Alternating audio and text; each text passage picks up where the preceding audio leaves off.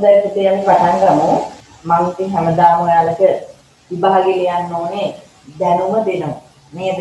පාඩම් කියලා දෙනවා. ඉතින් මේ හැමදේම කරත් මට හිතෙනවා තව මම හැම වෙලේම උත්සාහ කරන්නේ තව ඔයාලට කියලා දීපු නැති මොකක් හරි කියනවාද? ඒක මම කියලා දෙන්නේ කොහොමද? මේ හැම වෙලේම ඔයාලට තව ටිකක් දැනුම දෙන්න මම උත්සාහ කරන්නේ.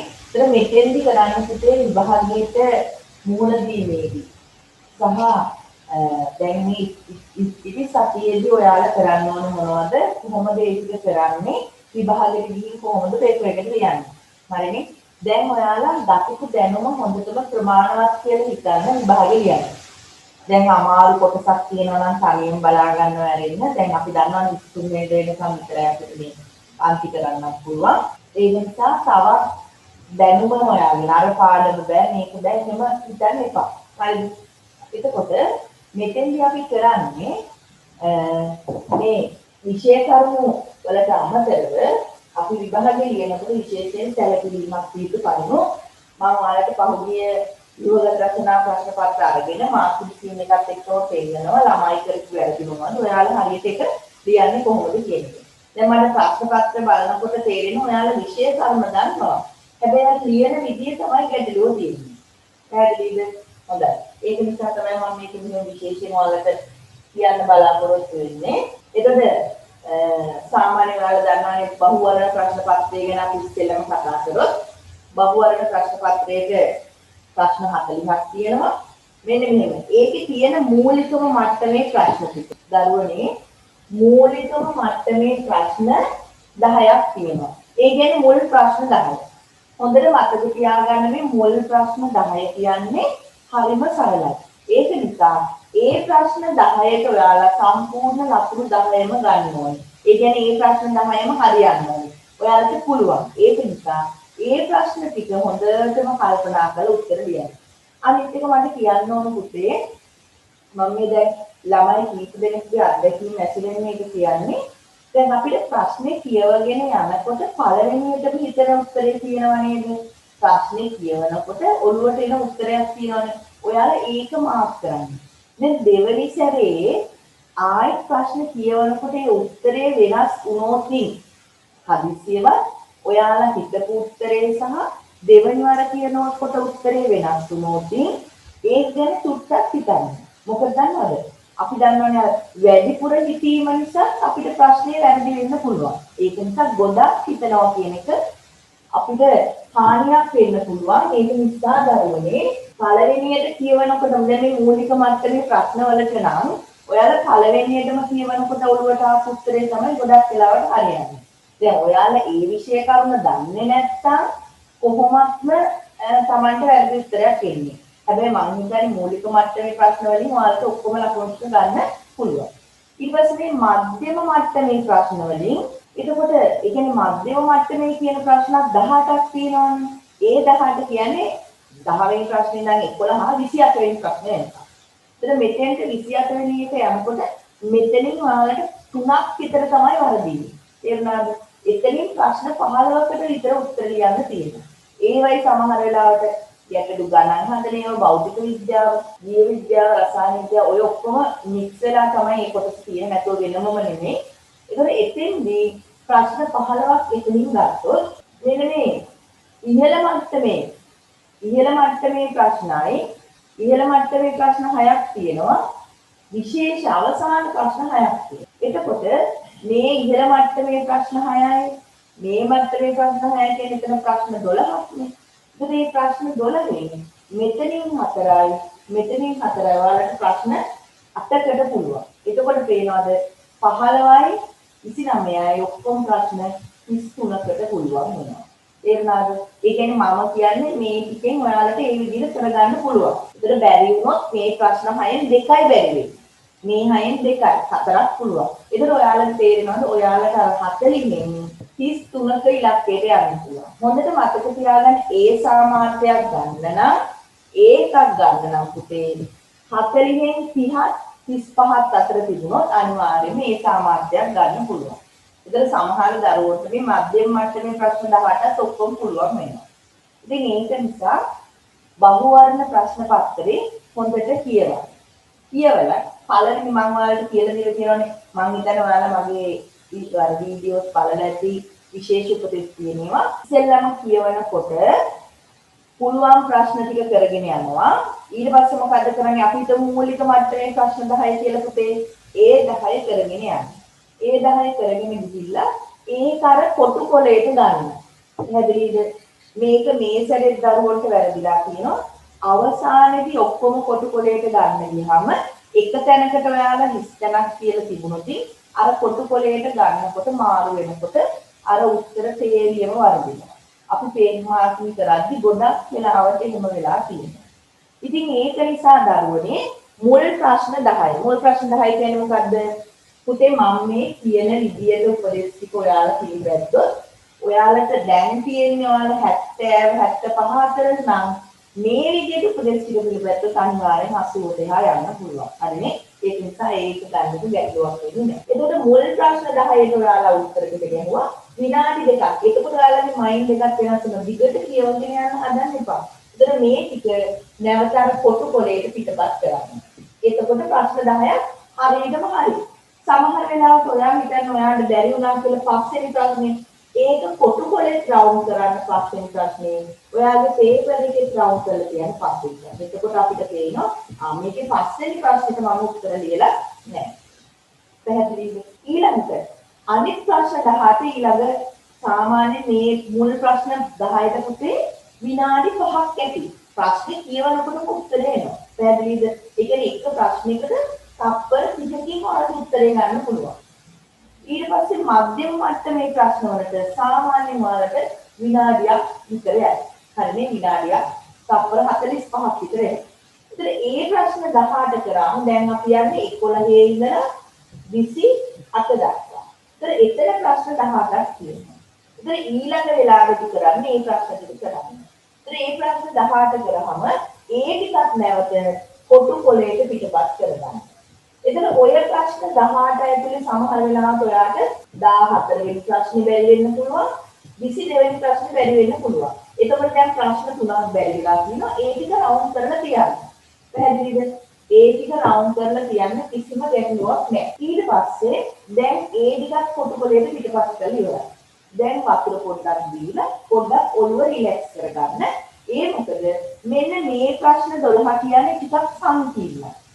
ගොඩක් සංකීර්ණයි කියලා මේ අමාරුවෙන් හිතන්න එපා. හැබැයි අර මුල් ඒවාට වඩා ටිකක් හිතන්න ඕනේ. තේරුණාද? ඒක නිසා දැන් මේ ප්‍රශ්න ටික ඉවර වෙනකොට ඔයාලා දන්නවනේ පුතේ අපිට වතුර තියෙන එක අත්‍යවශ්‍යයි. ඒකෝට අර අපේ මනසේ පිටීම ටිකක් අත වතුර ටිකක් බීලා ඔළුව රිලැක්ස් වුණාම අර හිතන්න පුළුවන් ප්‍රමාණය වැඩි. පැහැදිලිද? ඒක නිසා මේ ප්‍රශ්න 12 කරන්න කලින් වතුර උගුරක් දීලා ඔයාලා රිලැක්ස් වෙන්න. ඊට පස්සේ මේ ප්‍රශ්න 6 සහ මේ ප්‍රශ්න 6. ඒතර ඔයාට ඕනනම් පුළුවන් මේ ප්‍රශ්න 12ම එකවර කියවලා. මොකද එතකොට ප්‍රශ්න 12යි විතර වෙලා තියෙන්නේ. ඒතර ඒ ප්‍රශ්න 12ම එකවර කියවලා නැවත වතාවක් අර කොටු කොලේට පිටපත් කරගන්න. ඒතර මේ පිටපත් කර ගැනීමේදී ඔයා 32 වෙනි ප්‍රශ්නෙට සහ 34 වෙනි ප්‍රශ්නෙට උත්තර රවුන්ඩ් කරේ නැත්නම් ඒක ප්‍රශ්න කොලෙත් රවුන්ඩ් කරන්න ප්‍රශ්න පත්‍රෙත් රවුන්ඩ් කරන්න කොටු කොලෙත් රවුන්ඩ් කරන්න. ඒතර අවසානයේදී දැන් විනාඩි 10ක් 8ක් ප්‍රමාණයක් ඉතුරු වෙලා තියෙද්දි ඔයාලට මෙන්න මේ ප්‍රශ්න පහ බෑ කියන එක බෑ කියන්නේ අමතකයි කියන එක ඔයාලා පෙන්වන්න කරනවා. එතකොට කරන්නේ ඒ ප්‍රශ්න ටික ආයි ඒ ප්‍රශ්න විතරක් කියවන්න. නැතුව අර මුළු ප්‍රශ්න පත්‍රයේම ආයි මේක හරිද කියන්න එපා. ඒක කරන්නේ අන්තිම විනාඩි 5 මේ ප්‍රශ්න පහටත් උත්තර අපි අරගෙන ලකුණු කරගෙන පස්සේ. එතකොට දැන් මෙහෙමයි. සමහර දරුවෝ පුරුදු වෙලා තියෙනවා මම මේ විහිළුවට නෙමෙයි කියන්නේ උත්තර හතරටම හිතා ගන්න බැරි නම් 10 20 30 40 කියලා ගහුවා නේද? 100යි මේකට ලකුණු කරා. ඒක නෙමෙයි කරන්න ඕනේ. මම ඔයාලට දැන් කියලා තියෙනවානේ ප්‍රශ්නෙට උත්තරේ ලියනකොට වැරදි නිවැරදි නම් ඒ වචනේ රවුන්ඩ් කරගෙන ඊට පස්සේ වඩාත්ම පුළුවන් ඒවට හරි දාලා අනිත් එකක් සහ දෙකක් ප්‍රශ්නාර්ථ වෙනවනම් අපි එතකොට අර උත්තර හතරටම බලන්නේ නැහැ. මේ ප්‍රශ්නාර්ථ වෙන උත්තර දෙකෙන් එකක්ද වැරදි එක නම් ඒ උත්තර දෙක. එතකොට එහෙම වුණොත් පුතේ පිළිතුරක් හරියාමේ සම්භාවිතාව 50% වෙනවනේ. ඒක නිසා උත්තර Tamanට පුළුවන් තරම් උත්තර ප්‍රමාණයක් ඒ ප්‍රශ්نين අයින් කරලා අර ඉතුරු ඒවා වලින් වඩා හරිය වෙන එක ගන්න. හරිනේ? ඒක නිසා එහෙම සැලකීමක් වෙන්න. එතකොට ඊ ගහන ප්‍රශ්න පත්‍රය ඔයාලට මුළු විෂය නිර්දේශයම ආවරණය වෙන විදිහට තමයි හදලා තියෙන්නේ. එතකොට මේකේ අවසාන විනාඩි 5 අන්න අර ප්‍රශ්න ටික කියවලා ප්‍රශ්නේ කියවන ගමන්ම බලන්න යාර උත්තර කොලේ ගහපුවටත් හරියි කියලා. කොටු කොලේට පිළිතුරු පිටපත් කරලා තියෙනකොට මම විශේෂ කාරණා ටිකක් කියනවා. තව පොඩ්ඩකින් ඊළඟට ඒක කියනවා. එතකොට මේ පිළිතුරු පිටපත් කරලා තමන් ඒකේ විභාගාංක දාලාද මාධ්‍ය සිංහල කියලා දාලාද සබ්ජෙක්ට් එක දාලාද ඊට පස්සේ මේ එක පේලියක 10න් තියෙන කොහොම පල්ලෙහාට යන්නේ. පල්ලෙහාට යනකොට පේනවා මම 10කට ඉඳියන්න. ඒකට අතර තිබුණොත් මොකක්ම හරි නිස්සන. දැන් පේපර් එක දෙන්න ඕන ළඟ නම් නිකන් කතරයක් ගන්න. ඒක පොඩි හිතන්න එපා. මොකද හිස් කොටුවක් එක්ක දෙනවට වඩා අර කොටෙන් හරිම කතරයක් ගහලා දෙන එක හොඳයි. හරිනේ? එහෙම කරන්න ඔයාලට වෙන්නේ නැහැ මම දන්නවා. ඔයාලට හොඳටම පැයේ ප්‍රශ්න පත්‍රයේ විනාඩි 50ක් 55ක් අතර ප්‍රමාණයකදී උත්තර ලියන්න අවශ්‍ය දැනුම මම දීලා තියෙන්නේ. ඒක භාවිතයට ගැනීම ඔබ සතු වගකීමක්. හරිද? හරි. මේ ප්‍රශ්න පත්‍රය ගැන මම තව අහුවන ප්‍රශ්න පත්‍රය ගැන තව උපදෙස් ටිකක් ඉස්සරහින් දෙනවා. අපි මේකේ තියෙන ඊළඟ කොටසට යමු. ඊට පස්සේ දෙවෙනි ප්‍රශ්න පත්‍රයේ කාලය පැය 3ක් තියෙනවා. ඊට අමතරව ඔයාලා දන්න අමතර කියවීම කාලය විනාඩි 10ක් දැන් දීලා තියෙනවා. පැහැදිලිද? අන්න එතකොට ඒ අමතර කියවීම කාලය දීලා තියෙන උත්තර ලියන්නේ කියවන්නේ. මේකට ප්‍රධානම හේතුව තමයි පුතේ ගොඩක් දරුවෝ ප්‍රශ්නවලට උත්තර ලියන්නවා කියව ඉන්නේ නැතුව. මොකද ඒගොල්ලෝ හිතන්නේ වෙලාව මදි කියලා. මම නම් හිතන විදිහට ඔයාලට තියෙන අත්දැකීම් එක්ක ප්‍රශ්න පත්‍රයේ පිළිතුරු ලියන්න පැය 3ක් යන්නේ නැහැ. මම දන්නවා ඔයාලට පේපර් එකක් දුන්නොත් සාමාන්‍යයෙන් පැය එකමාරෙන් ලියනවා නේද? හැබැයි එහෙම අඩු කාලයකින් ලියනවා කියන්නේ ඒක හොඳ ලක්ෂණයක් නෙමෙයි. තේරුණාද? අඩු කාලයකින් ලියනවා කියන්නේ හොඳ ලක්ෂණයක් නෙමෙයි. මොකද කාලය අඩුයි කියන්නේ ඔයාලා පේපර් එකට දක්වපු අවධානය අඩුයි කියන එක. ඒක නිසා ඒ නියමිත කාලයක් දීලා තියෙන. ඒකෝට දැන් මම මෙච්චර දවස් කිව්ව ඔයාලට ප්‍රශ්න පත්‍රයේ අපි දන්නවා ව්‍යුහගත රචනා ප්‍රශ්න 4ක් තියෙනවා. එතකොට ඒ ප්‍රශ්න 4ට ඒ පත්‍රයෙන් තමයි පිළිතුරු සපයන්නේ. ඒකෙදි අපි විශේෂයෙන් සැලකීමක් දෙන්න එතන දීලා තියෙන ඉඩ ප්‍රමාණය අපිට ප්‍රශ්නෙට උත්තර ලියන්න ප්‍රමාණවත් ඉඩ ප්‍රමාණයක් දීලා තියෙනවා. ඒක නිසා අපි එහෙම මේ දීතල ඇඳලා සැලකිය යුතුයි පහළ බලන්න එහෙම කියලා ලියන්නේ නැහැ. අනිත් එක මතක තියාගන්න පුතේ මකන දියර. ඒ කියන්නේ පිටෙක්ස් භාවිතා කරන්න බෑ. දැන් ඔයාලට පුරුදු වෙලා තියෙන්නේ මොකද්ද? මම දන්නවනේ ඔයාලගේ ප්‍රශ්න පත්‍ර බලන්න හැම වෙලේම භාගයක් ලියනවා ආයෙ පිටෙක්ස් කරනවා. ඒක නිසා මේ ව්‍යුහගත දැන් රචනා ප්‍රශ්න නම් අපිට පුළුවන් වෙන කොලයක් පාවිච්චි කරන්න. ඒක ගැටලුවක් නෑ. ව්‍යුහගත රචනා එක ලියන තවත් පේපර් එකක් දෙන්නේ නෑ. හොඳට මතක තියාගන්න. ඒක නිසා ඒ ප්‍රශ්න පත්‍රයේමයි උත්තර ලියන්න ඕනේ. එහෙනම් ඒ උත්තර ලියනකොට Tamanට ෂුවර් නැති ප්‍රශ්නයක් තියෙනවනම් ඒ උත්තරේ අමතක වෙයි කියලා හිතෙනවනම් ඒක පැන්සලෙන් ලියන්න. ඔය හැමදේම කරන්න වෙලාව තියෙනවා. හරිනේ?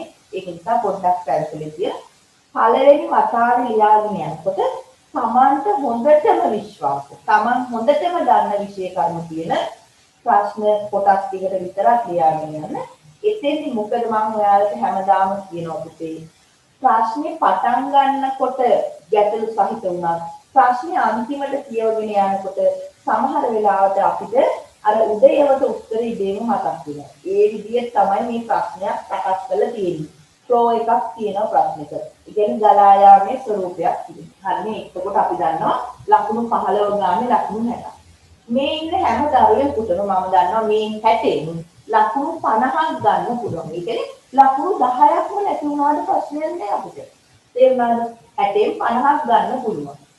ඊට පස්සේ මේ ව්‍යුහගත රචනාවල ඇත්තටම පුතේ විද්‍යාවේ ලොකු උත්තර බලාපොරොත්තු වෙන්නේ නැහැ. ඒ කියන්නේ රචනාවක් වගේ දැන් ඔයාලා රචනා ප්‍රශ්න කිව්වම සමහරු පිටු භාගයක් විතර සමහර මම මේ හැම දෙයක්ම කියන්නේ පිළිතුරු පත්‍ර පරීක්ෂාවේදී ගිහිල්ලා ලබා ගන්න අත්දැකීම් එක්ක සමහර දරුවෝ මොකක් හරි හේතුවක් පැහැදිලි කරන්න කොහොම පිටු භාගයක් විතර ලියලා පිටු භාගයක් ලියන්න අවශ්‍ය වෙන්නේ නැහැ පුතේ. මොකද අපිට දෙන්නේ සාමාන්‍යයෙන් කෙටි පිළිතුරක් උපරිම රූල් 3ක් 4ක්. විෂය කරුණු 3ක්. සංසන්දනාත්මක උත්තරයක් ආවොත් විෂය කරුණු 3ක්. මොකද ඔයාලා බලන්න ඔයාලගේ පේපර් එකේ තියෙන උපරිම ලකුණු සංඛ්‍යාව පැහැදිලි කිරීමකට නම් ලකුණු 3යි. පැහැදිලිද? පිටු භාගයක් පැහැදිලි කරත් ඒ ලකුණු 3ම තමයි තියෙන්නේ. ඉතින් ඒක නිසා එහෙම ලියන්න යන්න එපා පුළුවන් තරම්. දැන් ඔයාලගේ කුරුවත් එක්ක ඔයාලට ලැබිලා තියෙනවා මම මේ මොක් ටෙස්ට් ලියවලා බලන්න ඔයාලගේ ප්‍රශ්න පත්‍රවල ලිවීමේ හුරුව. ඉතින් ඒක ගොඩක් දරුවෝගේ කරන ක්‍රමෙත් එක්ක සාර්ථක වෙලා තියෙනවා. ඒක නිසා මෙන්න මේ ප්‍රශ්න 3කටනේ පිළිතුරු සපයන්න ඕනේ. මම මෙන්න මේ දෙන උපදේශය හොඳටම අහන්න. ප්‍රශ්න 3න් අපිට දැන් සාමාන්‍ය පෙළ විභාගෙදී ඔයාට ප්‍රශ්න පත්‍රය දුන්නාම ව්‍යුහගත රචනා ප්‍රශ්න වලටයි ඔක්කොටම දැන් 4කට සහ 3කට ලියලා ඉවරයි. ඊට පස්සේ ඊළඟ වටෙන් බලාගෙන ගියා. එතකොට තව වෙලාව ඉතුරු වෙලා තියෙනවා නම් ඔයා දැන් ලියපු ඒවා ඉස්සෙල් මම ඒක කියනවා සම්පූර්ණ කළා තියෙනවා නම් මෙන්න මේ ප්‍රශ්න 3 කියන සීමාවෙන් එපා. තේරුණාද? මේ හැම අත්දැකීමක්ම එන්නේ පුතේ අපිට පිළිතුරු පත්‍ර පරීක්ෂා කරනවා. දැන් අපි දන්නවන්න දරුවා දැන් ඔයාලා උනත් එහෙමනේ හොඳටම පුළුවන් කියලා හිතන ප්‍රශ්න තමයි ඉස්සෙල්ලම ලියන්නේ. ඔව්. එහෙම තමයි ලියන්නේ. එතකොට ඔයාලගේ ඔළුවට හරි සැහැල්ලුවක් වෙනවා. මම ගොඩක් ප්‍රශ්න කොටස් වලට උත්තර ලියුවා. එහෙනම් නැත්තම් මගේ ප්‍රශ්නේම හරියට ලියුවා කියලා. ඒතර ඔහොම ලියාගෙන යනකොට දැන් ප්‍රශ්න ඔයාලා අතරින් තෝරගන්න හොඳටම පුළුවන් ප්‍රශ්න තුනනේ. හැබැයි අනිත් බැරි කියලා ඔයාලා අයින් කරපු ප්‍රශ්න දෙකේ යම් කොටස් ප්‍රමාණයකට ඔයාලට ලියන්න පුළුවන්. ඔයාලා පිළිගන්නවා නේ මම කියලා. ඉතින් දරුවනේ ඒ පුළුවන් ප්‍රශ්න කොටස් ටිකට මේ ප්‍රශ්න තුනටත් උත්තර ලියලා ඉවර වෙලා ව්‍යුහගත රචනා එකෙත් ඔක්කොම හැබැයි අර ඔක්කොම බලලා ඉවර වෙලයි මේ වැඩේ කරන්න ඕනේ. නැත්තම් අර ටික ඔක්කොම පහටම ලියාගෙන ඉඳලා ආපස්සට බලන්න ඉන්න එපා. හොඳට කියන දේ ඔළුවට ගන්න.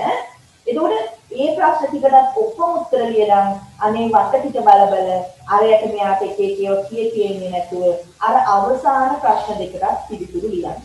ඔයාට පුළුවන් කොටස් ටික ලියන්න. මොකද පේපර් මාකින් වලදී පුතේ ප්‍රශ්න 5ටම උත්තර ලියලා තිබුණා කියලා ඒක එතකොට අර ප්‍රශ්න 3කට උත්තර ලියනවා වෙනකොට අවසානයේදී ඔයාලා අවසාන ප්‍රශ්න දෙකක් ලියන්න. මොකද ඒකට මම එහෙම කියන්නේ දැන් සමහර දරුවෙකුට මෙහෙම වෙනවා පළවෙනි ප්‍රශ්නෙට ලකුණු පළවෙනි එකට ලකුණු 20න් අපි හිතමු 18යි ඊළඟ එකට 20න් 14යි ඊළඟ එකට 20න් 16යි. එතන ඔයාගේ අර ලියපු අමතර ප්‍රශ්න වලින් හතරවෙනි ප්‍රශ්නෙට තියෙනවා 20න් 17යි. පැහැදිලිද? දැන් ඔයා හිතයි අමාරුයි කියලා. නිකන් ඔයාලා හිතේ මේ ඔහේ ලියලා දායි. සමහරවිට බලනකොට ඒ මාකේ ස්කීම් එකේ හරි. එහෙනම් ඒක දැන් කාට හරි පහක්ම ලියන්න ඕනේ. ඔය හතරක් ලියුවොත් කමක් නැහැ. Tamanට පුළුවන් හතර නම් අනිත් එකේ නම් මුළු ඔක්කොම ටික බෑ. එහෙනම් ඒක ලියන්න එපා. තේරුණාද? එහෙනම් හතර නම් පුළුවන්. එතකොට ඔයාගේ මේ 14 තියෙන ප්‍රශ්නේ තමයි ලකුණ කපලා දාන්නේ. මේ තුනේ පිට දෙනවා.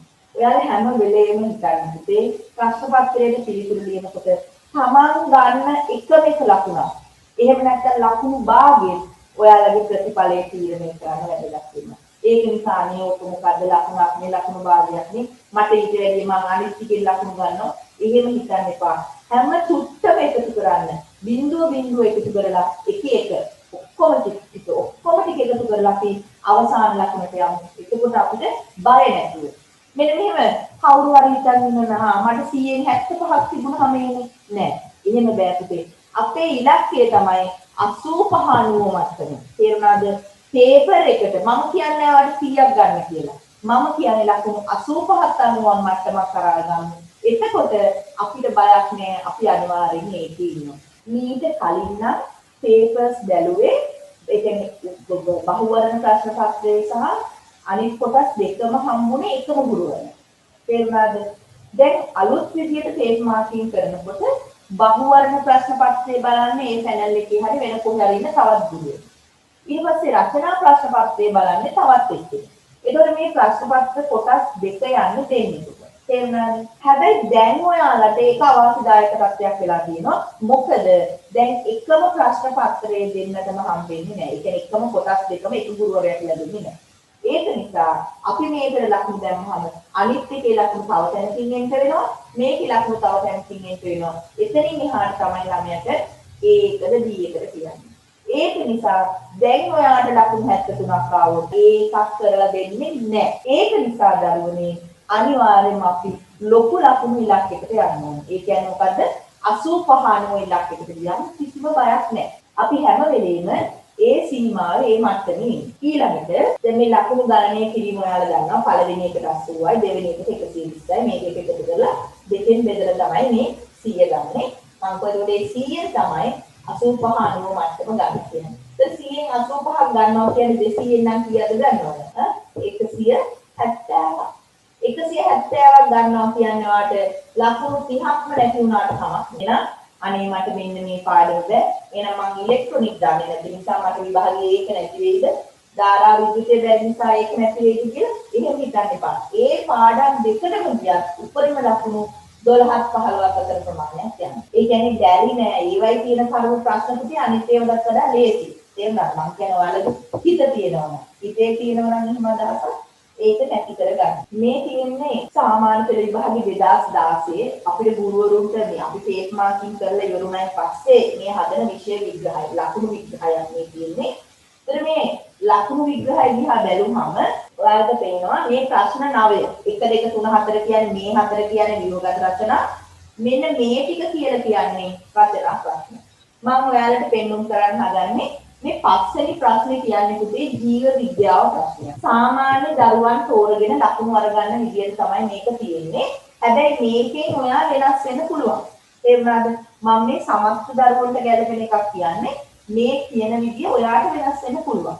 එතකොට මේක ජීව විද්‍යාව, මේ ප්‍රශ්නේ රසායන විද්‍යාව, මේක භෞතික විද්‍යාව, මේක ජීව විද්‍යාව සහ රසායන විද්‍යාව, මේක රසායන විද්‍යාව සහ භෞතික විද්‍යාව. එතකොට සාමාන්‍යයෙන් මේක එක එක අවුරුද්ද අනුව පොඩි වෙනස්කමක් ඇති වෙනවා. හැබැයි මතක තියාගන්න මෙන්න මේ පස්වෙනි ප්‍රශ්නේ කියන එක අපි මාකින් කරනකොට ළමයි ගොඩකට ලියලා තියෙනවා.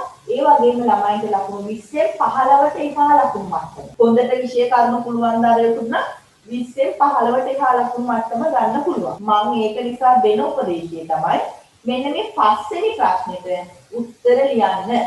පැහැදිලිද? දැන් ඔයාට ඒක ජීව විද්‍යාව නිසා මේ මං කියවනේ මේක ළමයි දෙතුන් දෙනෙකුට සාමාන්‍ය අවස්ථාවෙන් වෙනස් වෙන්න පුළුවන්. ඒක හරි. හැබැයි බහුතරයකට මට කියන්න තියෙන්නේ මේකට උත්තර ලියන්න. ඒතර මේ 6 වෙනි ප්‍රශ්නේ තියෙන්නේ දැන් කෙමිස්ට්‍රි කියන එක සමහර දරුවෝ අමාරුයි කියලා කියනවනේ. ඒක නිසා මෙන්න මේ අනිකුත් වැඩියෙන්ම උත්තර ලියන එක තමයි තමයි 8 වෙනි. 8 වෙනි එකේ තියෙන්නේ කොහොමද? රසායන විද්‍යාව සහ ජීව විද්‍යාව. ඒකට ඒකෙනුත් ලකුණු ගන්න පුළුවන් ප්‍රශ්න. එතන 5 සහ 8 දෙක පුළුවන්. එතකොට ඊළඟ ප්‍රශ්නේ තීරණය කරන්නේ ඔයා වැඩිපුර භෞතික විද්‍යාවට කැමති නම් ඒ භෞතික විද්‍යාව ප්‍රශ්නේ, රසායන විද්‍යාවට කැමති නම් ඒ ප්‍රශ්නේ ඒ දෙකෙන් කැමති එකක් තෝරගන්න පුළුවන්. මොනවාද ඒ දෙක? එක්ක මේ 6 වෙනි ප්‍රශ්නේ නැත්නම් 7 වෙනි ප්‍රශ්නේ. එතකොට හරි විදියට නම් ඔයාලා මෙහෙන් යනකොට ඔයාලා විභාගයට යනකොට මම මෙන්න මේ ප්‍රශ්න ටිකට තමයි උත්තර ලියන්නේ. ඒ පේපර් එක දකින්න නැතුව හරියටම කියන්න බෑ. සමහරවිට රසායන විද්‍යාව එකයි භෞතික විද්‍යාව එකයි ටිකක් ලේසි වෙන්න පුළුවන්. මම කියන්නේ අපේ ඔළුවේ අදහසක් තියෙනවා. ඒකට ඔයා ඉස්සෙල්ලම ඒ ප්‍රශ්න ටික කියවලා බලන්න මොකද්ද වෙන්නේ කියලා. හරිනේ? ඒ කියන්නේ Tamanට වැඩිපුර ලකුණු ගන්න පුළුවන් කියලා. ඉතින් මේ කියවගෙන යනකොට මම ඔයාලට කියලා තියෙනවා පේපර් එක කියවගෙන යනකොට අමතර කියවීම් කාලයත් එක්ක පැන්සලක් අතට අරගෙන අර ප්‍රශ්නෙට පළවෙනි එකට නම් මතක් වෙන උත්තරයක් තියෙනවා නම් ආයෙකන ලිපිද අඩංගු මූලද්‍රව්‍ය CH2 මෙන්න මෙහෙම ඒ අදාළ කොටස් වලට උත්තර ලියාගෙන යන්න. ඒක මේ ලක්ෂණ ලියනවා නෙමෙයි. දැන් සමහර දරුවෝ පිළිවෙල වැඩි, සමහර දරුවෝගේ පිළිවෙල නැත්තටම නැහැ. ඉතින් මේ අපි කියනවනේ අපේ බුදුරජාණන් වහන්සේ දේශනා කරේ මධ්‍යම පිළිවෙල. හරිනේ? ඒක නිසා හොඳට මේක ලියලා ඉන්න එපා. හැබැයි කැතට ලියන්න නැත්නම් මොකද කැතටම ලියුවොත් ඊළඟ සැරේ බලා ගන්න බෑ මොකද්ද මම ලියුවේ කියලා. ඒක නිසා සමාන්ත බලා ගන්න පුළුවන් මට්ටමට ප්‍රශ්න පත්‍රයේ මේ උත්තර ටික ලියාගෙන යන්න. එතකොට සමහරවිට ඒ ප්‍රශ්න පත්‍රයේ ලකුණු දාලා තියෙන්නේ නැති වෙයි. හරිනේ? දැන් 2010 පේපර් එකේ ලකුණු දාලා තිබුණේ නැහැ. හැබැයි ඔයාලට පේපර් එක දිහා බැලුවම කරුණු දෙකක් කියන්න කිව්වොත් සාමාන්‍යයෙන් දල වශයෙන් ලකුණු දෙකක්. ගානක් හදන්න කිව්වොත් එතෙන්ද ලකුණු දෙකක්. ඉතින් ඒක නිසා ඔයාලට දල වශයෙන් පේනවා බැරි කොටස් අපි හිතමු 3ක් තිබුණා කියලා. ඒ 3ට ලකුණු 6ක් ගඩු වෙන්නේ. නැත්නම් ලකුණු 3ක් ගඩු වෙන්නේ කියන ඔයාලට පේපර් එකේ එහෙම ලියාගෙන යනකොට තේරෙනවා. දැන් මේ පුරුව ලැබිලා තියෙනවා. මම හිතනවා ඔයාලට අවශ්‍ය ප්‍රමාණයටත් වඩා මම මේ අවශ්‍ය ප්‍රශ්න පත්‍ර නම් කරලා තියෙනවා. මම හිතනවා ඔයාලා ඒක පිළිගන්නවා. හැබැයි ඔයාලා දන්නවා ඔයාලගේ විෂයන් වලින් මේ විදිහට ප්‍රශ්න පත්‍ර බලලා ඔයාලට විභාගෙට ලියන්න අවශ්‍ය සූදානම මම ලබලා දීලා තියෙනවා. එතකොට පුතේ මේ ප්‍රශ්න තෝරගන්න විදිහට මම මේකෙන් පෙන්වන්න කරන්න හැදුවේ සාමාන්‍ය ළමයි පිළිතුරු ලියලා තියෙන්නේ මෙන්න මේ ප්‍රශ්න. ඒතර 9 වෙනි සහ 7 වෙනි ප්‍රශ්නේ 6 වෙනි එක. ඉතින් ඔයාලට හිතන්න එපා ඒක අමාරුයි කියලා. මේක මේ 2010. ඒතකොට මේක අවුරුද්දෙන් අවුරුද්දට පොඩි විචලනයක් වෙනවා. හැබැයි පස්වෙනි ප්‍රශ්නේ කියන එක එහෙම විචලනය වෙලා නෑ ගොඩක් වෙලාවට ඒකම තමයි තියෙන්නේ. හරිනේ 5 8 කියන ප්‍රශ්න දෙක.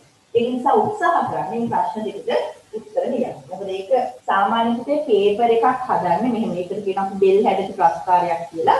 මෙන්න මෙහෙම. සාමාන්‍යයෙන් උපරිම ලකුණු මට්ටමේ ඉන්න ළමයි ටිකක් ඉදෙද්දි අඩුම ලකුණු මට්ටමත් මේ පැත්තට, වැඩිම ලකුණු මට්ටමත් මේ පැත්තට. ඉතින් ඒක නිසා ළමයින්ට සමස්ත මධ්‍යස්ථ හොඳ ලකුණක් ගන්න පුළුවන් විදිහට පේපර් එක හදනවා. නැත්නම් ඔයාලා හිතන්නේ දැන් හැමෝම අහනවා O level අමාරු නේද? නෑ O level අමාරු වෙන්නේ නෑ. පැහැදිලිද? එහෙම වෙන්නේ නෑ. ඒකට හේතුව ඔයාලා කාටවත් විභාග ලියන්න බැරි වෙන ප්‍රශ්න පත්‍රය හැදුවා කියන්නේ ඒක ලොකු ස්ටෑන්ඩඩ් එකක් නෙමෙයි නේද? ඔය දැන් ඉස්කෝල වලින් හදනකොට නම් සමහර වෙලාවට ඒක ඉස්කෝලෙත් එක්ක ඩිපෙන්ඩ් වෙනවා. හැබැයි අධ්‍යාපන අමාත්‍යාංශයෙන් පේපර් එක හදන්නේ ලංකාවේ හැම කොටසකම ඉන්න දරුවෙකුට පිළිතුරු ලියන්න පුළුවන්. හරිනේ? දැන් ඔයාලා හිතන්නේ මේ කොරෝනා වසංගත තත්ත්වයට එක්ක ඔයාලගේ ප්‍රශ්න පත්‍රේ ගොඩාක් ලේසි වෙයි කියලා. අන්න එහෙම ඒ ගැන නම් පේපර් එක ගැන අව탁සීරුවකින් ඉන්න එපා. මේ වගේ ව්‍යසනකාරී තත්ත්වයක් ඇති වෙයි කියලා හිතලා පේපර් එක හදලා නැහැ. ඒක හොඳට මතක තියාගන්න. හරිනේ?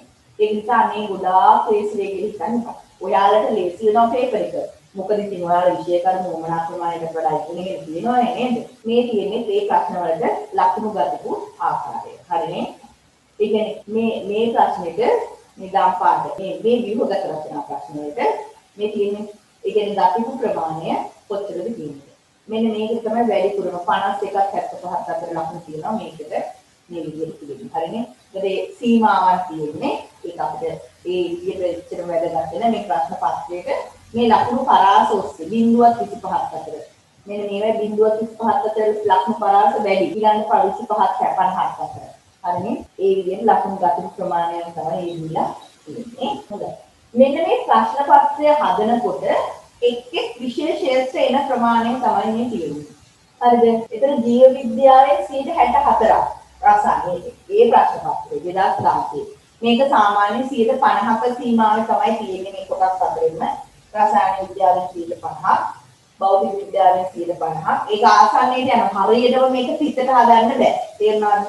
ඊට පස්සේ සාමාන්‍ය දැන් මේ කියන පොදු නිපුණතාව කියන එක හරිනේ ඒකෙන් 70%. එතකොට ඒ කියන්නේ කාලීන සිදුවීම් ආශ්‍රිත කොටස පොදු දැනුම අර අපි දන්නවනේ පළවෙනි ප්‍රශ්නේ අනිවාර්යෙන් මේකෙන් අහන්න පුතා ඊට අමතරව තවත් ප්‍රශ්න ටිකක් තියෙනවා ඒක. එතන මේ ඔයාලට හිතුවොත් මේ කොටස භෞතික විද්‍යාවේ බැරිම නෑනේ. මේ එහෙම නැත්නම් Tamanට බැරි මේක නම් මේකේ බැරිම නෑනේ. ඒක නිසා ඔයාලට මේ ලකුණු 200 තමයි මෙහෙම මේ විදිහට කොටස් වලට බෙදලා තියෙන්නේ. ඒ කියන්නේ සාමාන්‍ය ප්‍රතිශතයක් විදිහට ගත්තොත් මේ කොටස් ටික ඔක්කොම 164ක් ජීව විද්‍යාව, 50ක් රසායන විද්‍යාව, 54ක් භෞතික විද්‍යාව, 76ක්. එහෙනම් එතකොට ඒ අනුව ඔයාලට සාමාන්‍ය ජීව විද්‍යාව Tamanට පුළුවන් කොටස් වලින් මේ සාමාන්‍ය සහ ජීව විද්‍යාව කියන දෙකේ ලොකු ලකුණු මට්ටමක් ගන්න පුළුවන්. හරිනේ? ඊළඟට මේ තියෙන්නේ මේක මම ඔයාලට මීට කලින් පැහැදිලි කරලා තියෙනවා කාලච්ඡේද 10 වසරේ අපි ඔක්කොම 165ක් ඉගෙන ගන්නවා විද්‍යාවට.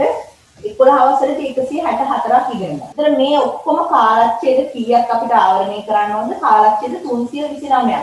මෙන්න මේ කාලච්ඡේද 329න් තමයි මුළු ඔයාලගේ ප්‍රශ්න පත්‍රයම හැදෙන්නේ. ඒතකොට බහුවර්ණ ප්‍රශ්න වල ලකුණු 80ක් ලෙස විභාග රචනා ප්‍රශ්න වල ලකුණු 60ක් විදියට.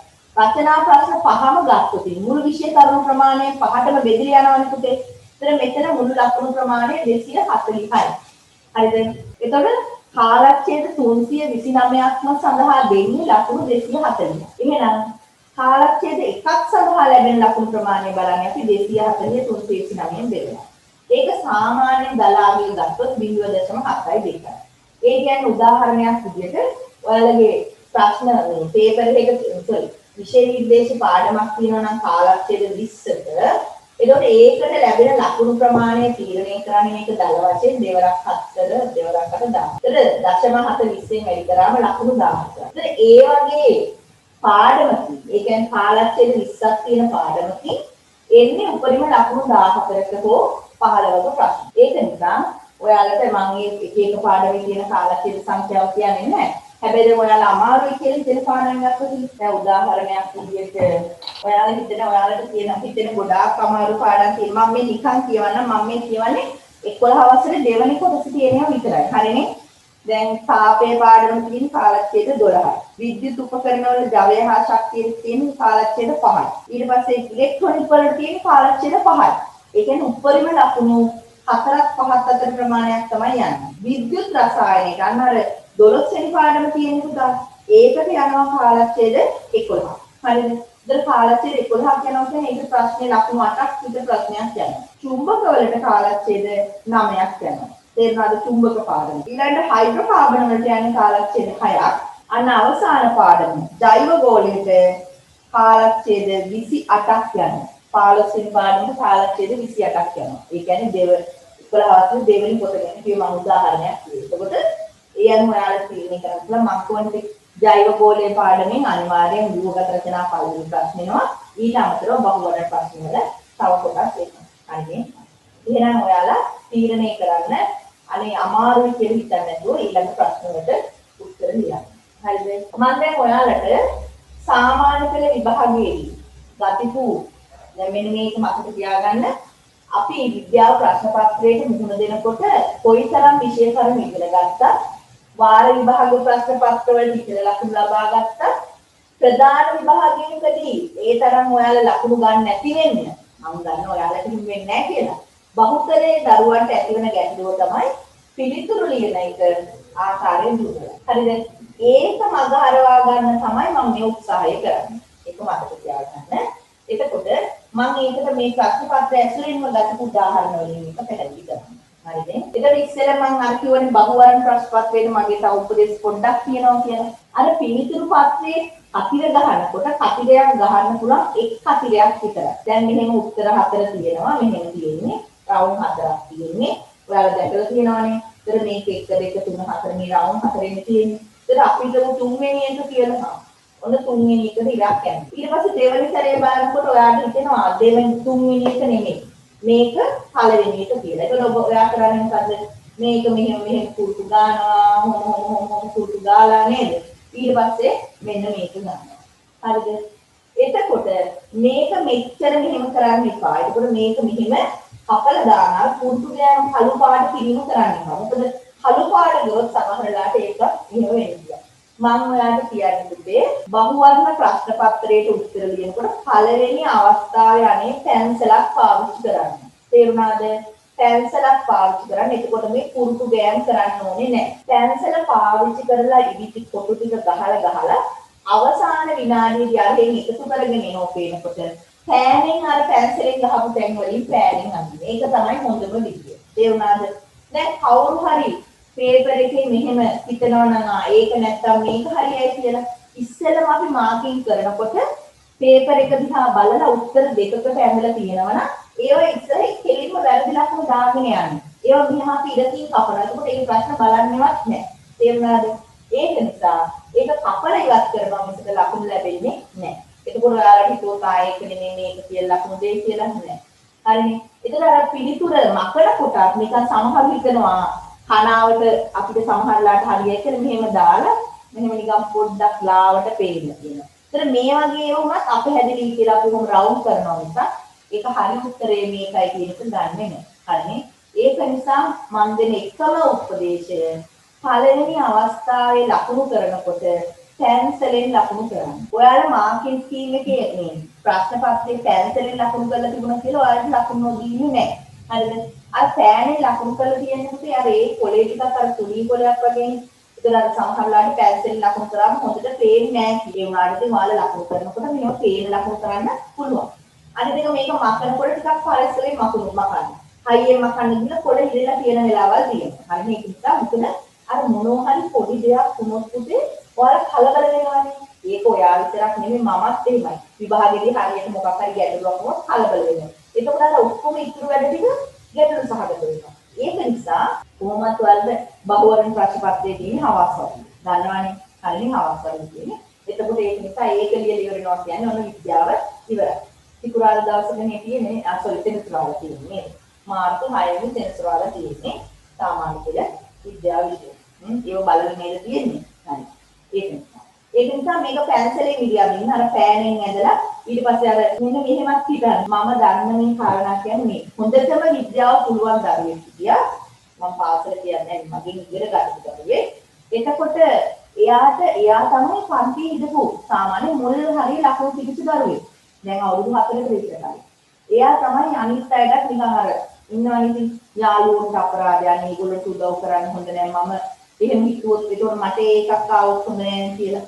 ඒකට එයා එහෙම මේ මට්ටමේ හිටපු දරුවෙක් විභාගයට ලියන්න ගිහිල්ලා ඒකෝද ඉතින් අර සුපුරුදු අපි ජීවිතේ පුතේ මොනවා හරි පොඩි වැරදි පුරුද්දක් ඇති කරගන්නොත් ඒක අපිට පාරාවලලා වෙන එක හැම වෙලේම අපි අතින් මේ වැරද්ද වෙනවා.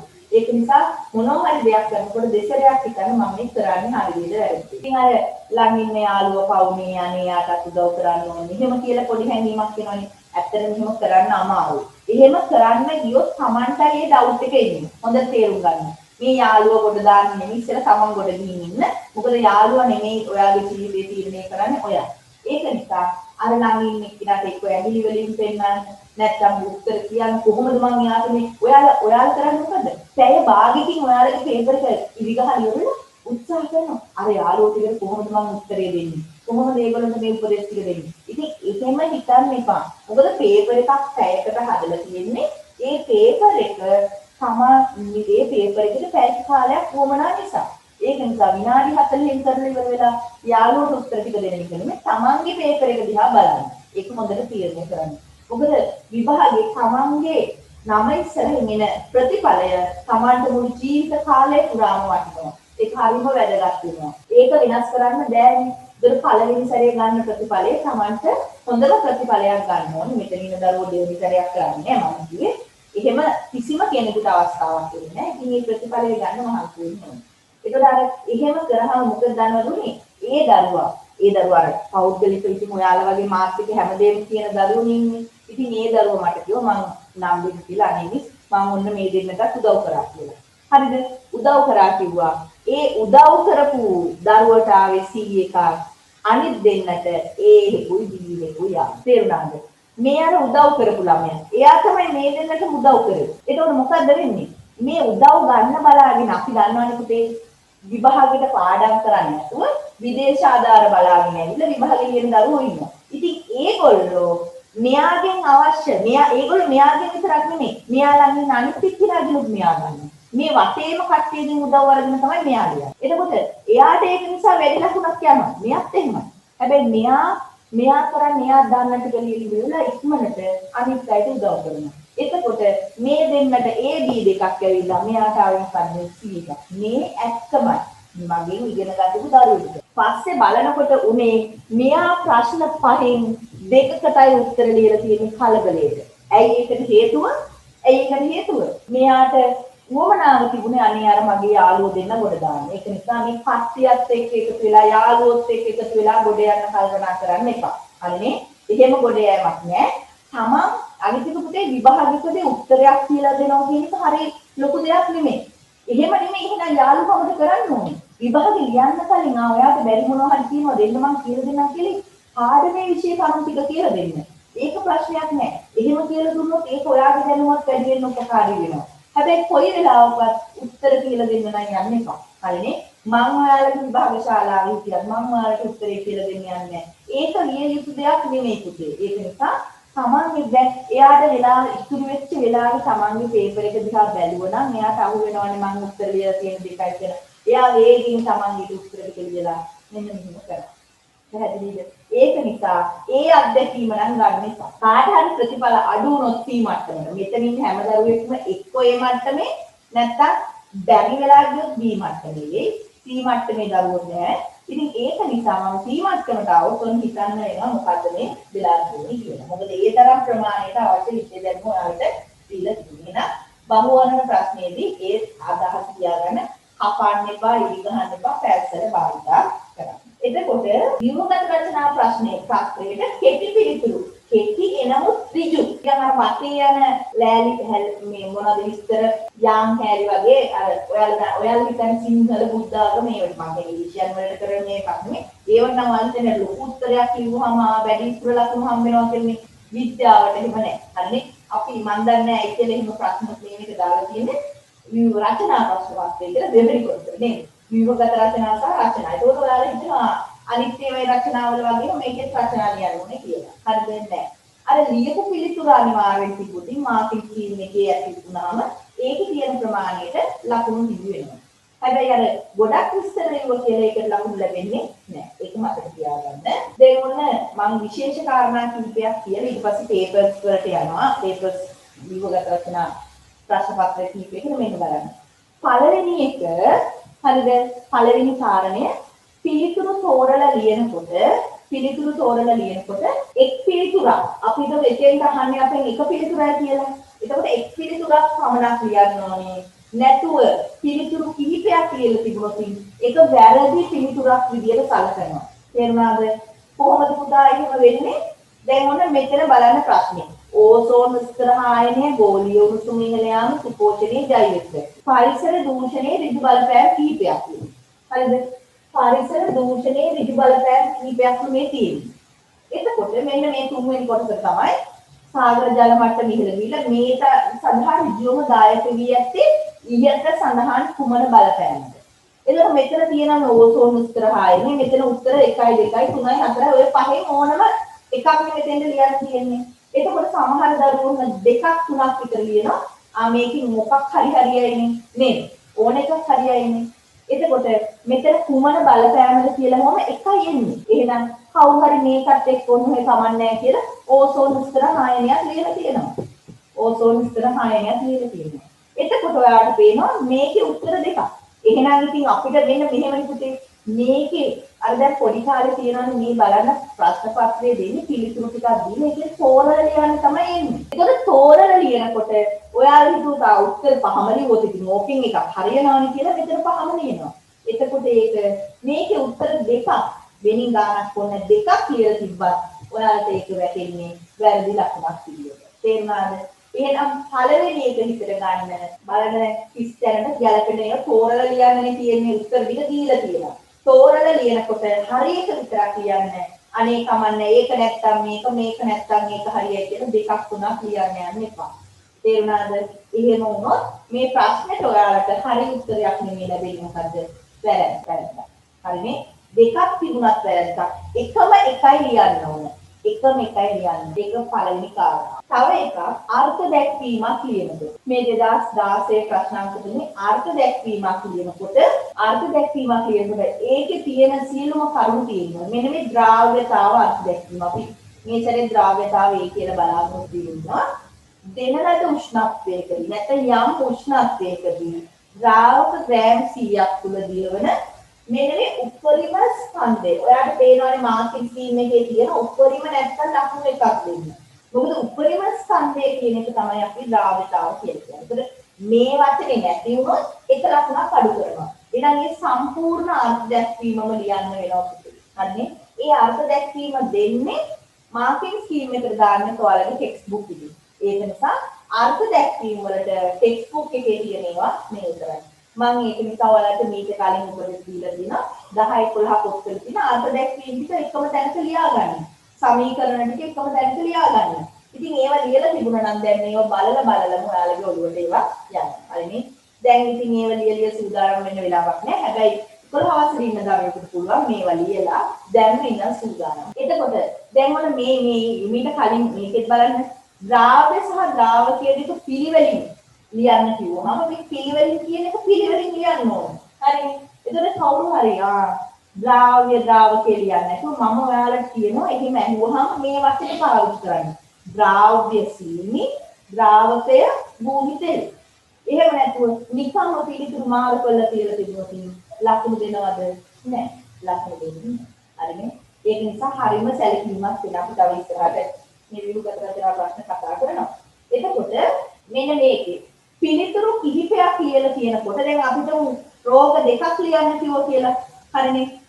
රෝග නම් කරන්නේ. ඒක රෝග දෙකක් නම් පිළිතුරු දෙකක් අවශ්‍ය නම් මුල් පිළිතුරු දෙක විතරයි සලකා බලන්න. එතකොට ඔයාලා පිටිපස්සට තව මේ ඔක්කොම ටික එනවා ටික ලියලා තියෙන්නේ.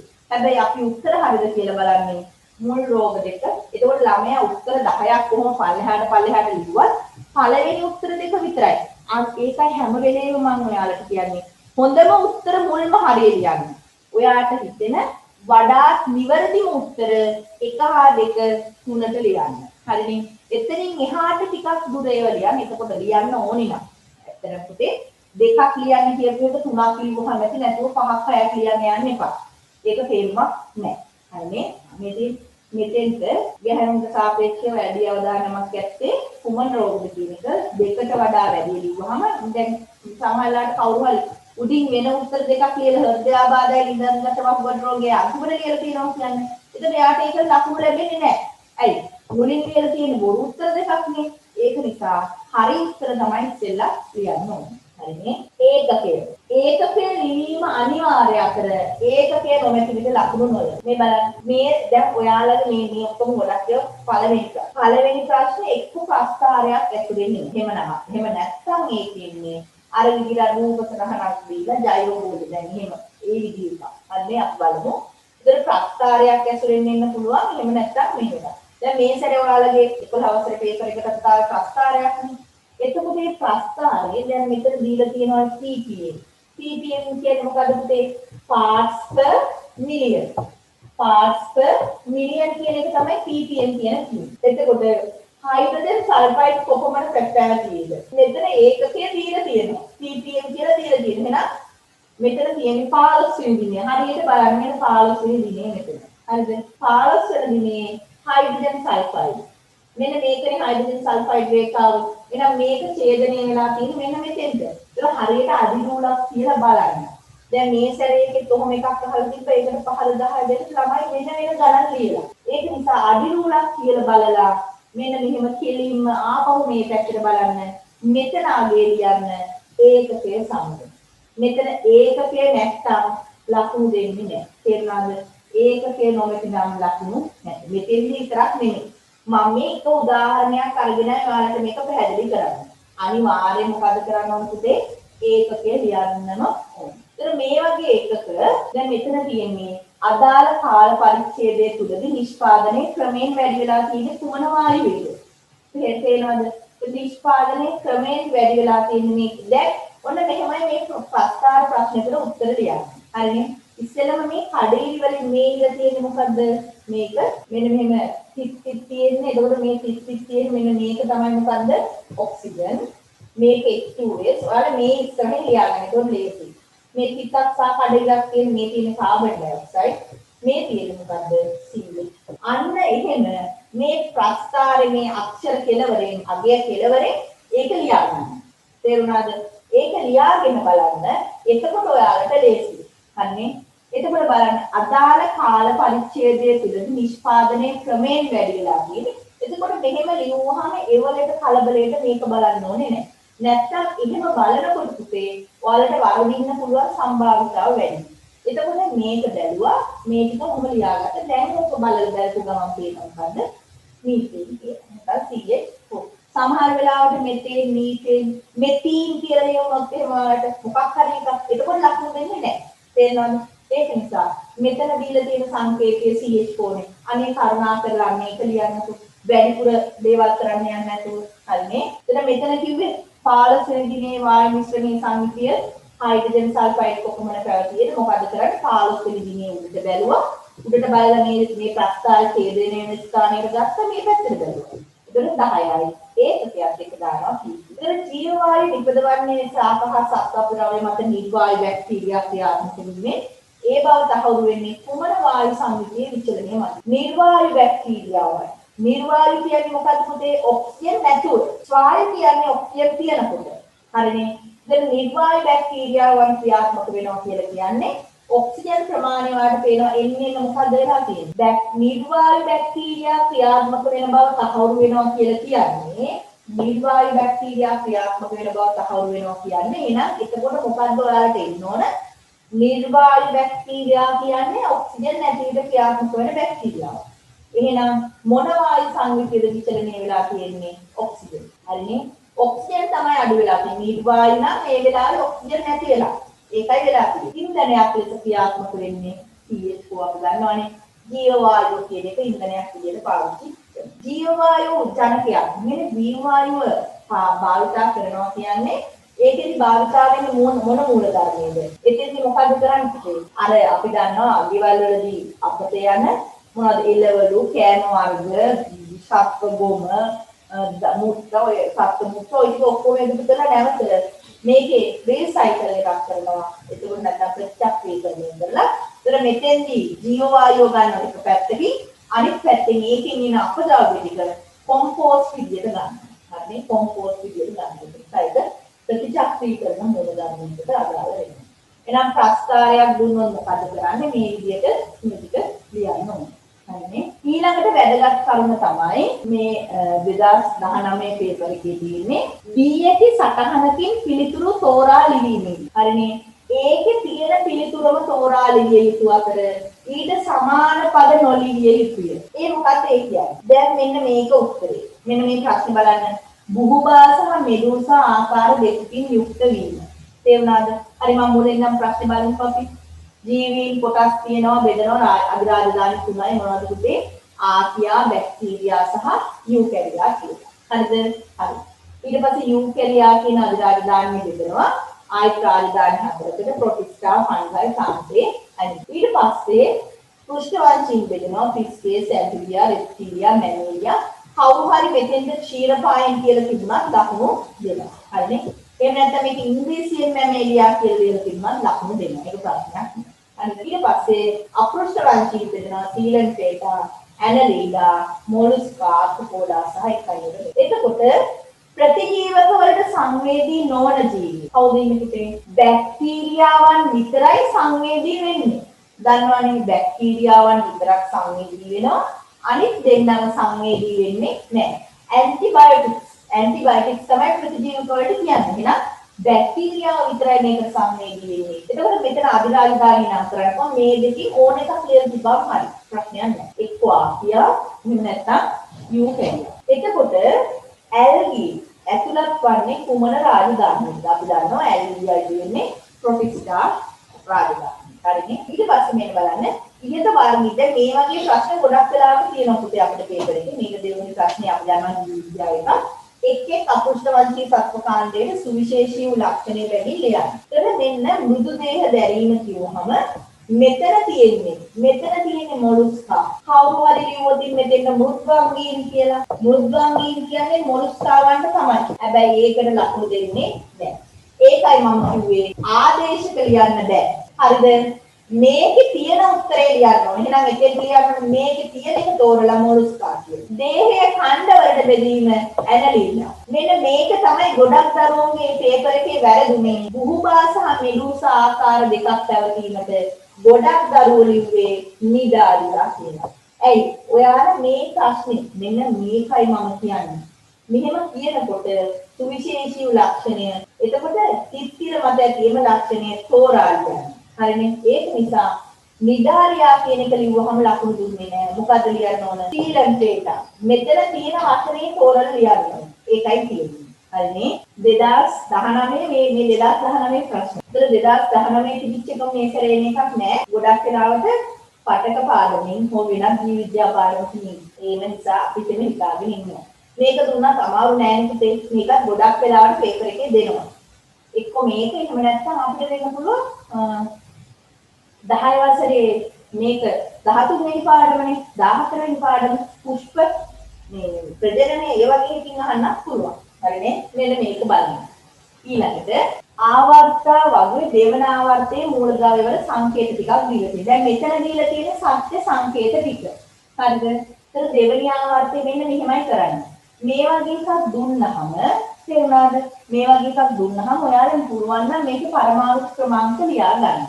එතකොට අපි දන්නවා ලිතියම් වල පරමාණු ක්‍රමාංකය 3 4 5 6 7 8 9 10. කුටින් කොහොම පරමාණු ක්‍රමාංක ලියලා මෙතන පහලින් ලියා ගන්න ඉලෙක්ට්‍රෝන වින්‍යාසය. මම කියන්නේ මේ දේවල් ඔයාලට කොතෙන් හරි උපකාරී වෙනවා. මෙයාගේ ඉලෙක්ට්‍රෝන වින්‍යාසය 2 1. මෙයාගේ ඉලෙක්ට්‍රෝන වින්‍යාසය 2 2 2 3යි 2 4යි 2 5යි 2 6යි 2 7යි 2 8යි. ඔන්න ඔය පරමාණුක ක්‍රමාංකය සහ ඉලෙක්ට්‍රෝන වින්‍යාසය කියන එක පුතේ දීපු එකේ. සමහර වෙලාවට දැන් මේකේ නම් දීලා තියෙන සත්‍ය ආවර්තාව වගේ කොටසක් නේ. සමහර වෙලාවට ඔයාලට මේක දෙනවා A B C D F කියලා. ඔහොම දෙනවා. එහෙම දැකලා තියෙනවද ඔයාලා? එතකොට එතෙම දෙනකොට නම් ඔයාලට ඉංගියක් දෙනවා. මෙන්න මෙහෙම ඉංගියක් දෙන්න පුළුවන්. දැන් මේකට අදාළව ඉංගියක් දෙන්න පුළුවන්. අපි හිතමු මේකට දාලා තිබුණා කියලා E කියලා, මේකට දාලා තිබුණා G කියලා. මම මේ උදාහරණයක් කියන්නේ. මේකට දාලා තිබුණ G කියන සංකේතය. එතෙන් දෙන්නේ ෆ්ලුවරින්. එතකොට දෙනවා විද්‍යුත් G යනු විද්‍යුත් ඍණතාව උපරිම මූලද්‍රව්‍යයි. එහෙනම් එතකොට G කියනකොට ඔයාට තේරෙන්න ඕනේ ඒ කියන්නේ ෆ්ලුවරින් කියන්නේ. එහෙනම් ඒ ෆ්ලුවරින් නම් ඊට කලින් මූලද්‍රව්‍ය ටික එතකොට හඳුනා ගන්න පුළුවන් නේද? අපිට විභාගෙදී එක ඉලියක් දෙනවා. එහෙම නැත්නම් G මෙයාට දාලා තියෙනවා H. එහෙනම් H ගැන කියනවා. H යනු නිෂ්ක්‍රීය වායුව. හැබැයි ඒකට නිෂ්ක්‍රීය වායුවක් කිව්වහම ඔයාට එනවා මෙන්න. එහෙනම් හීලියම්ද, නියෝන්ද, ආගන්ද කියන එක දෙනවනේ. එතකොට දෙනවා දෙවනි ආවර්තයේ නිෂ්ක්‍රීය වායුව. අන්න එහෙනම් එච්චර දෙවනි ආවර්තයට නිෂ්ක්‍රීය වායුවක් කිව්වහම ඔයාට ගන්න පුළුවන් ඒ නියෝන් කියන. තේරුණාද පුතේ? එතකොට සත්‍ය සංකේත දෙනවනම් කිසිම ගැටලුවක් නැහැ. අපි පරමාණු ක්‍රමාංක ටික ලියාගත්තා, ඉලෙක්ට්‍රෝන වින්‍යාස ටික ලියාගත්තා. ඒ දෙක ලියාගෙන යන උත්තරවලට තේරුණාද? ඊට පස්සේ මේ විදිහට ඉංගියක් දීලා තියෙනවා නම් ඔයා මේ දීපු ඉංගිය අනුව උත්තර ටික ප්‍රශ්න ටික හඳුනා ගන්න. ඒක වැදගත්.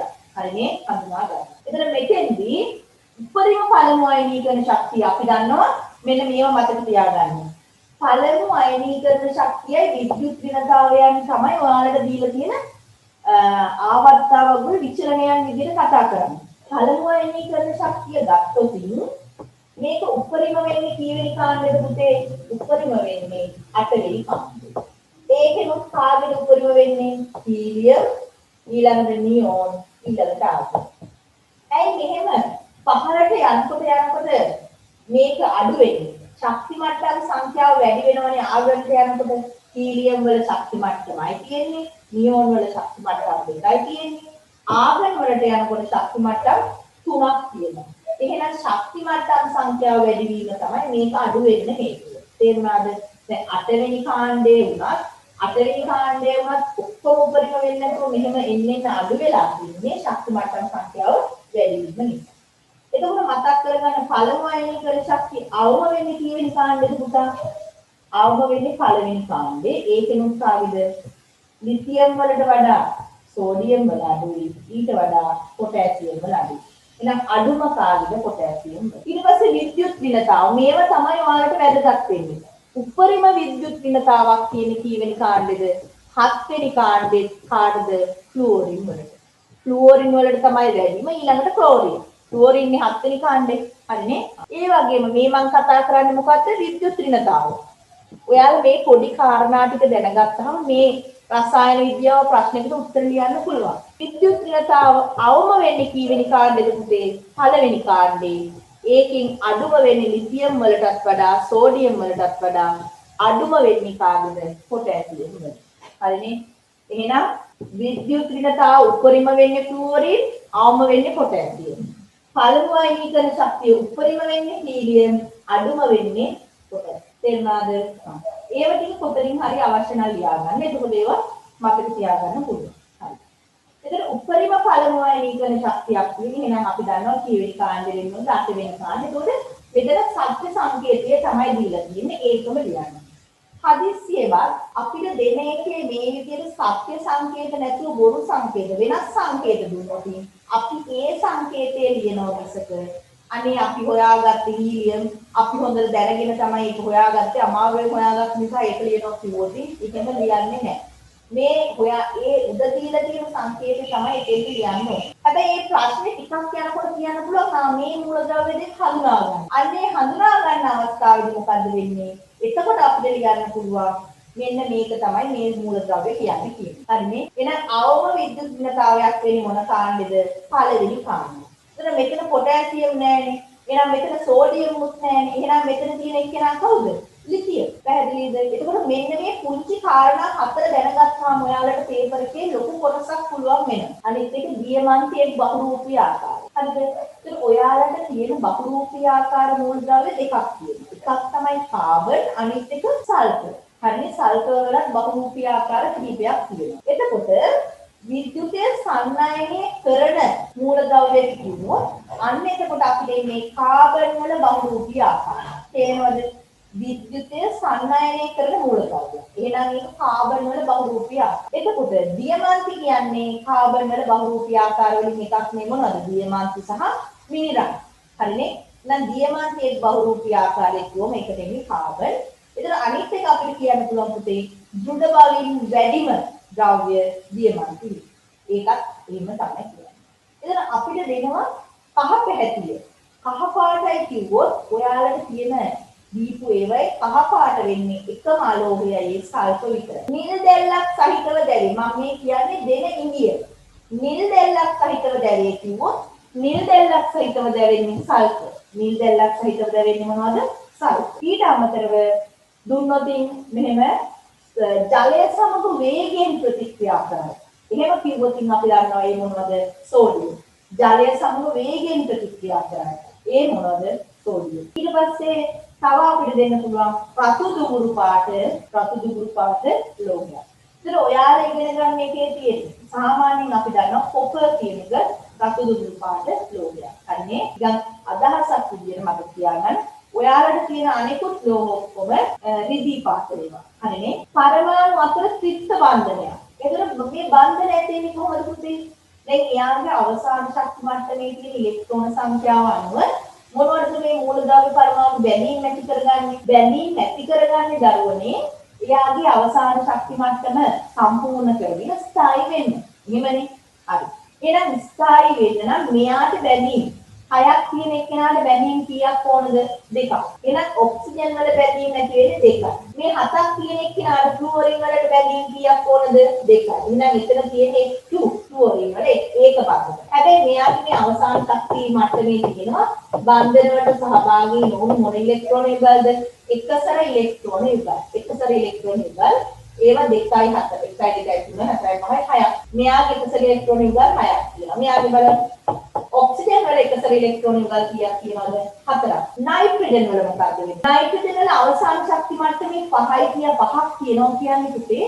එයාට තව කීයක් මදිද? 3ක් මදිද? නේද? එතන මේ විදියට ගන්න. ඒතර එයාගේ තව දෙකක් ඉතුරු වෙලා තියෙනවා. ඒක මොකද ඇයි? 5න් 3ක් මෙතෙන්ට ගියාම තව දෙකක් ඉතුරු. හරිනේ? එහෙනම් ත්‍රිත්ව බන්ධනයක් ලෙස පවතින්නේ නයිට්‍රජන්. ද්වි පරමාණුක මෙන්ම ත්‍රි පරමාණුකද. මතක තියාගන්න වායු ගෝලයේ තියෙනවා O2 විදියටක් තියෙනවා ඕසෝන් විදියටක් තියෙනවා. ඔක්සිජන් සහ O3. ඕසෝන් ස්තරය හදන්න දාලා තියෙනවා මේ ඕසෝන් කියන එක. එහෙනම් උත්තරේ තියෙන්නේ ඔක්සිජන්. ලිතියම් එතකොට සූත්‍රය ලියන්නේ කොහොමද පුතා? ලිතියම් වල ඉලෙක්ට්‍රෝන වින්‍යාසය අපි ලියුවා. එහෙනම් ලිතියම් වල සංයුක්තාව අපිට ලියන්න පුළුවන් අවසාන ශක්ති මට්ටම ඉලෙක්ට්‍රෝන එකයි. එහෙනම් සංයුක්තාව එකයි. ඒක හරි. ඔක්සිජන් කියන්නේ අවසාන ශක්ති මට්ටමේ 6යි. එයාගේ සංයුක්තාව 6 නෙමෙයි 2යි. සූත්‍රය ලියනකොට මොකද්ද වෙන්නේ? සංයුජතා දෙක මාරු වෙනවා. එහෙම නේද? එතකොට එන්නේ Li2O ලිතියම් ඔක්සයිඩ් කියන එක Li2O. ඊට පස්සේ මෙන්න සූත්‍රය ලියුව එක හරි. ලිතියම් වල මෙන්න මේක බලන්න. පාත අයන අතරින් ලිතියම් හා ඔක්සිජන් යන මූලද්‍රව්‍ය සංයෝජනයේ සෑදෙන අන්තර්ගත කැටායන ඇනයන තෝරා ඒවායේ ඉරියල්ල. දැන් ඉරියදීමට මේක කියන්නේ එක ඉරියදීමට ඇති අවස්ථාවක ඉරි කිහිපයක් සමහර අය ඒකත් හරියන්න පුළුවන්. ඒකත් අන්නවද මේ පේපර් එකේ ළමයි මේ ඔක්කොම ලියන්නේ. හිතන්න ඉරි එකකට වඩා දැන් මෙතන තියෙනවනේ දෙකක් කැටායනය ඇනයනය කියන කීයකට ගන්නවද දෙකක්. කවුරු හරි තුනක ඉරියල්ද තියෙනවා. මේක වැරදි උත්තරයක් විදිහට සලකනවා නිසා එහෙම ගන්නෙ. තේරුණාද? එතකොට අපි මේකේ කැටායනය කියන්නේ මොකද්ද? ධන අයනය. කැටායනය කියන්නේ මොකද්ද පුතා? ධන අයනය. ඇනයනය කියන්නේ මොකද්ද? ඍණ අයනය. හරිනේ? එහෙනම් මේක තමයි ධන අයනය. ඒ කියන්නේ කැටායනය. මේක තමයි මොන අයනයද? ඍණ අයනය. හරිනේ. ඒතකොට මතක තියාගන්න අනේ කමන්නේ ඒකත් හරි මේකත් හරි. ඉතින් ඔක්කොම මේකෙන් එකක් නේ. අන්තිමට බලනකොට ඔක්කොට මිලියන්දලා. එතකොට අදාළ එකට විතරයි ඉරි අදින්නේ. හරිනේ. ඒක හොඳට තේරුම් ගන්න. තුනක් ඇදලා තිබ්බත් ඒක වැරදි එකක් විදිහට ගන්නවා. හරිද? සීහා එක් මූලද්‍රව්‍ය පමණක් අඩංගු වන බහුභවයීකරණය වීමේ හැකියාව ඇති සරලතම ඒකකයක්. එතන කාබන් ෆ්ලෝරින් අඩංගු වෙන්නේ ඔයාලා දන්නවා මේකට අපි කියනවා ටෙට්‍රා ෆ්ලුෝරෝ එතීන් කියලා. හරිනේ. ඒක අපි ඉතින් බහුභවයීකරණයේ ඒකකයක් යදින්නේ. එතකොට තනි පරමාණු තමයි එකට අදින්නේ. මේකත් ඒ ප්‍රශ්නේම කොටසක්. හරිද? මේකේ තියෙන උපදේශය මම මේකයි කියන්නේ මම මෙච්චර මේ පැහැදිලි කරන්නේ ප්‍රශ්නේ කියවීම කොච්චර වැදගත්ද?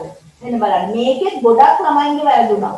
ඒ මොකද දී ඇති වගන්තිය නිවැරදි අදහසක් ප්‍රකාශ වන පරිදි එක් වචනයක් කපා හරින ලෙස උපදෙස් දී ඇතිද. ඒක කපා හරින්න ඕනේ. පිළියන්නේ නැහැ. දැන් ඔයාලා තියෙනවා බලන්න පහත සඳහන් එක් වගන්තිය නිවැරදි අදහසක් ප්‍රකාශ වන පරිදි හද කලවපුරින් මුද්‍රිත එක් වචනයක් කපා හරින්න. ඒකෝර ළමයි කරන්නේ යූ ගන්න එක ප්‍රශ්න ඉස්සරහ තියෙනවා. ඉස්සෙල් එකේ භාෂ්මිකයි. හරි උත්තරේ ඒකනේ ඒක යටින් ඉලක්ක කමිනවා. නෑ පුතේ නිවැරදි අදහස ප්‍රකාශ වන වර්ධි එක වචනයක් මේක කපා හැරියාම යූගනේ භාෂ්මිකයි කියන එක තමයි උත්තරේ. ඔයාලා මේක කපා හරින්න නැතුව ගොඩක් ළමයි කරේ මේකේ හරි උත්තරේ යටින් ඉලක්ක ගන්න. බලන්න ලකුණු 3ක් නිකම්ම නැති වුණා. ගොඩක් දරුවන්ට ඒක වුණා. තේරුණාද? එතන යූහි ගණෙහි පවතින මන්දනය අයනික නේ උත්තරේ විතර ළමයි දෙන අයනික කියපු එක යටින් ඉලක්ක. තේරුණාද? pH ගේ 7ට අඩුයි කිව්වහම මෙන්න කිව්වා. එහෙනම් මතක තියාගන්න. එහෙම නෙමෙයි කරන්නේ. ඒක වැරදි. එක් වචනයක් කපා හරින්න කිව්වොත් කපා හරින්න. කියන දේ කරන්න. එකම දේ එකයි. ඔයාලගේ දෙමාපියෝ කියන්නේ කණේ පුතේ කියන දේ අහන්න කියලා නෙමෙයි. මටත් කියන්න තියෙන එක අනේ පුතේ කියන දේ අහන්න කියන දේ කරන්න. හරිනේ. එන්න මේක මේ නිදහස් ලකුණක් දෙන්න. ඔයාලා හිතෙනවා අම්මෝ ඒ වගේ ලකුණු 5ක් විතර එනවා නේද? කොච්චර ෂෝක්ද කියලා වුණා. නිදහස් ලකුණක් දෙන්න කියලා කියන්නේ එක දැන් මේ මාකින් කරනකොට මේක හදනකොට කැඩි මීඩියම් අය, සිංහල මීඩියම් අය, ඉංග්‍රීසි මීඩියම් ඔක්කොම අය සම්බන්ධ වෙන channel එකට. එතකොට එතෙන්දී ටැමිල් මීඩියම් එකේ ප්‍රශ්නේ කියවනකොට ඒකෙදි පොඩි කරි අදහසේ වෙනසක් තිබුණොත් ඒගොල්ලෝ ගොඩක් ෆයිට් කරනවා ඒකට. ඒකට ෆයිට් කරනවා. අපේ ළමයින්ට මේකේ අසාධාරණයක් වෙනවා. ඒක නිසා අනිවාර්යෙන් මේක ෆ්‍රී මාක් එකක් කරන්න. ඉතින් අපිට ලැබෙන ගොඩක් ඒවයි chance එකෙන් සිංහල මීඩියම් එකේ ඉන්නේ මොකද සිංහල මීඩියම් එකේ ප්‍රශ්න පත්‍රය ඒ වගේ වැරදි වෙනවා අඩුයි. ඒතර ඒගොල්ලෝ ඒකේ ෆ්‍රී ලකුණු ලැබෙන්නේ. ඒගොල්ලෝ නිදහස් ලකුණක් දෙනවනම් මාර්ක්ය නෝ නෙමෙයි දෙන්නේ. මුළු ඔක්කොටම දෙනවා. හරිද? ඒක නිසා තමයි මේකේ ප්‍රශ්නේ ගැටලුවක් වෙලා නිදහස් ලකුණක් දෙන්න කියලා තියෙන්නේ. හරිනේ? මෙන්න මේක තමයි ඊළඟට අර B කොටසට උත්තර ලියනකොට මෙන්න මේ ගැන විශේෂ අවධානය යොමු කරන්න ඕනේ. දැන් හිතන්න ඔන්න මේක තමයි පුතා ඔයාලගේ ප්‍රශ්න පත්‍රයේ පළවෙනි. අන්න මේ ටික අහගන්න. දැන් ඔයාලට මේ මම කියන එක හොඳට අහගන්න. ඉස්සෙල්ලාම දෙන්නේ උදේ 9ට දෙනවා ව්‍යුහගත රචනා ප්‍රශ්න පත්‍රය. ඒක 12යි 10 වෙනකන් යනවා. ව්‍යුහගත රචනා සහ රචන. ඒතර මේ ප්‍රශ්න පත්‍රය දෙන්න කලින් විනාඩි 10කට විතර කලින් පිළිතුරු ලියන පොතක් කියන්නේ ඒක අර මුල් කොලයක් තියෙනවා. ඊට අමතරව අනෙක් කොල තියෙන. ඒ කියන්නේ ඒ ඔක්කොම තියෙන කට්ටලයක් දෙන්නේ. ඔයාලා දැකලා තියෙනවනේ ප්‍රශ්න පත්‍ර වල පිළිතුරු ලියන මම දැන් ඇත්තටම මම ඔයාලට ඒක මේ කරේ මුද්‍රණය කළ දෙන්න කිය බැරි වුණා. අපි ඊළඟ සැරේ වෙද්දි හරි ඒක හදලා දෙනවා. එතන ඒ කට්ටලයක් ඔයාලට දෙනවා 9ට නම් විභාගේ පටන් ගන්නෙ. හරි අපි ඒක මුලින්ම පටන් ගමු. හරි. ඔන්න දැන් හිතන්න මේ ඉන්නේ ඔයාලා විභාග දවසේ උදේ. ඒ කියන්නේ මාර්තු 6 වෙනිදා උදේ කියලා. දැන් ඔන්න මෙහිමයි. මාර්තු 5 වෙනිදා විභාගෙට ගිහින් ඇවිල්ලා ඉතින් අපි කතා කරමු. මාර්තු 5 සිකුරාදා. සිකුරාදා 12ට විභාගය ඉවරයි. හරිද? එතකොට දැන් මාර්තු 5 විභාගෙනේ. ඒකට සෝරි මාර්තු 6 වෙනි විද්‍යාව කියන්නේ හරි මාර්තු 5. දැන් ඔන්න 12ට විභාගය ඉවරයි. ආවා. ඊපස්සේ ඇවිල්ලා කාලා විනාඩි ආපු ගමන්ම අම්මෝ හෙට විද්‍යාව තියෙන කියලා පොත් ටික බදා ගන්න එපා. හරිද? ඒක නිසා ඇවිල්ලා කාලා දීලා පොඩ්ඩක් පොඩි රෙස්ට් එකක්. හැබැයි අර එදාට ලියපු ප්‍රශ්න පත්‍රේ හරි වේව මොනවද වැරදි වේව මොනවද ඒව නම් හොයන්න යන්න එපා. ඒක හරි මොකද වැඩක් ඉතින් සමහරවිට මේ දවස්වල ওই WhatsApp ඕදිය නිසා ළමයි උත්තරේවයි හොගායි. මම දෙමාපියෝ අහගෙන ඉන්නවනම් දෙමාපියන්ට කියන්නේ ඒ ප්‍රශ්න පත්‍රය ඒගොල්ලෝ ගෙදරට එනකොටම අයින් කරලා තියන්න. ඔය විභාගේ වුණායින් පස්සේ ඕක බලන්න දැන් නම් පෙරලන්න. අපිට කිසි ප්‍රශ්නයක්. හැබැයි එදා ඒ මොකද කරන්න යන්න එපා. මොකක් හරි අඩුපාඩුවක් වෙලා තිබුණොත් මම මේ කියන්නේ අපේ මානසික මට්ටම පුතේ මොකක් හරි ඔයා දන්න හොඳ මේක පහකට විතර ඔයා වැරදි උත්තර ලියලා හරි ඉගහලා හරි කියන්නකො. ඉතින් ඔයාගේ හිත හැම වෙලෙම කල්පනා වෙනවා. මොකද අපේ මනසින් ඒක අයින් කරන්න හරි අමාරුයි. ඒක නිසා කොච්චර හොඳට තමන් උත්තර ලිව්වත් 40 මට 38ක් තියෙනවද කියලා චෙක් කරන්න යන්න එපා. තේරුණාද? ඒක නිසා ඒ ප්‍රශ්න පත්‍රයේ දෙමව්පියෝ ආපු ගමන් මේක අයින් කරලා තියන්න. ඊළඟට තමයි ඊළඟ දවසේ විශේෂ සූදානම් වෙලා ඔන්න විභාගය ඉවරුනාන් පස්සේ ඔක්කොම ටික පෙරලා බලන්න. අනිත් එක දැන් ඔයා පොත් මේසේ ඔයාලා තියෙන විෂයන් 9යිනේ. ඒතර විෂයන් 9ට මේ විභාගය තියෙන දවසට ඒ පොත් මේසේ අනිත් විෂයන් වල පොත් ටික අයින් කරලා ඒ ටික බිමින් හරි වෙන පැත්තකින් හරි තියාගන්න. දැන් ඔයාට මාර්තු පළවෙනිද තියෙන විෂයට අදාළ පොත් ටික තමයි ඊට කලින් දවසේ තියාගන්න. නැතුව අනිත් පොත් දිහා බලනකොට පොත් ගොඩ. මේ මේසේ කියන එකත් පුතේ නිදහස්ව තියෙනවා. තේරුණාද? ඊට ඒ පොත් නිතිය ඒ විභාගය ඉවරුනහම එදා හවසට ඇවිල්ලා අර පොත් ටික ඔක්කොම එක ගොඩකට ගහලා අයින් කරනවා කියන්නේ ඔයාලගේ මනස ඒ විෂය නිකන් ඩිලීට් කරලා දැම්මා වගේ ලොකු රිලැක්ස් එකක් එනවා. හරිද? ඒක නිසා එක එක විෂයට අදාළව පොත් ටික දැන් පොත් මේසේ හදලා ඊට කලින් තව දවස් 23 පස්සේ ඔය පොය දවසේ වගේ ගෙදර අයත් උදව් කරයි මේ දවස්වල ඔයාලා වෙනුවෙන් ගෙදර වල දෙමාපියෝ සහ සහෝදර පුදුම කැපවීමක් තියෙන්නේ නේද? ඔයාලා කියන ඕනම දෙයක් කරලා දෙනවා. එහෙමනේ. හරි.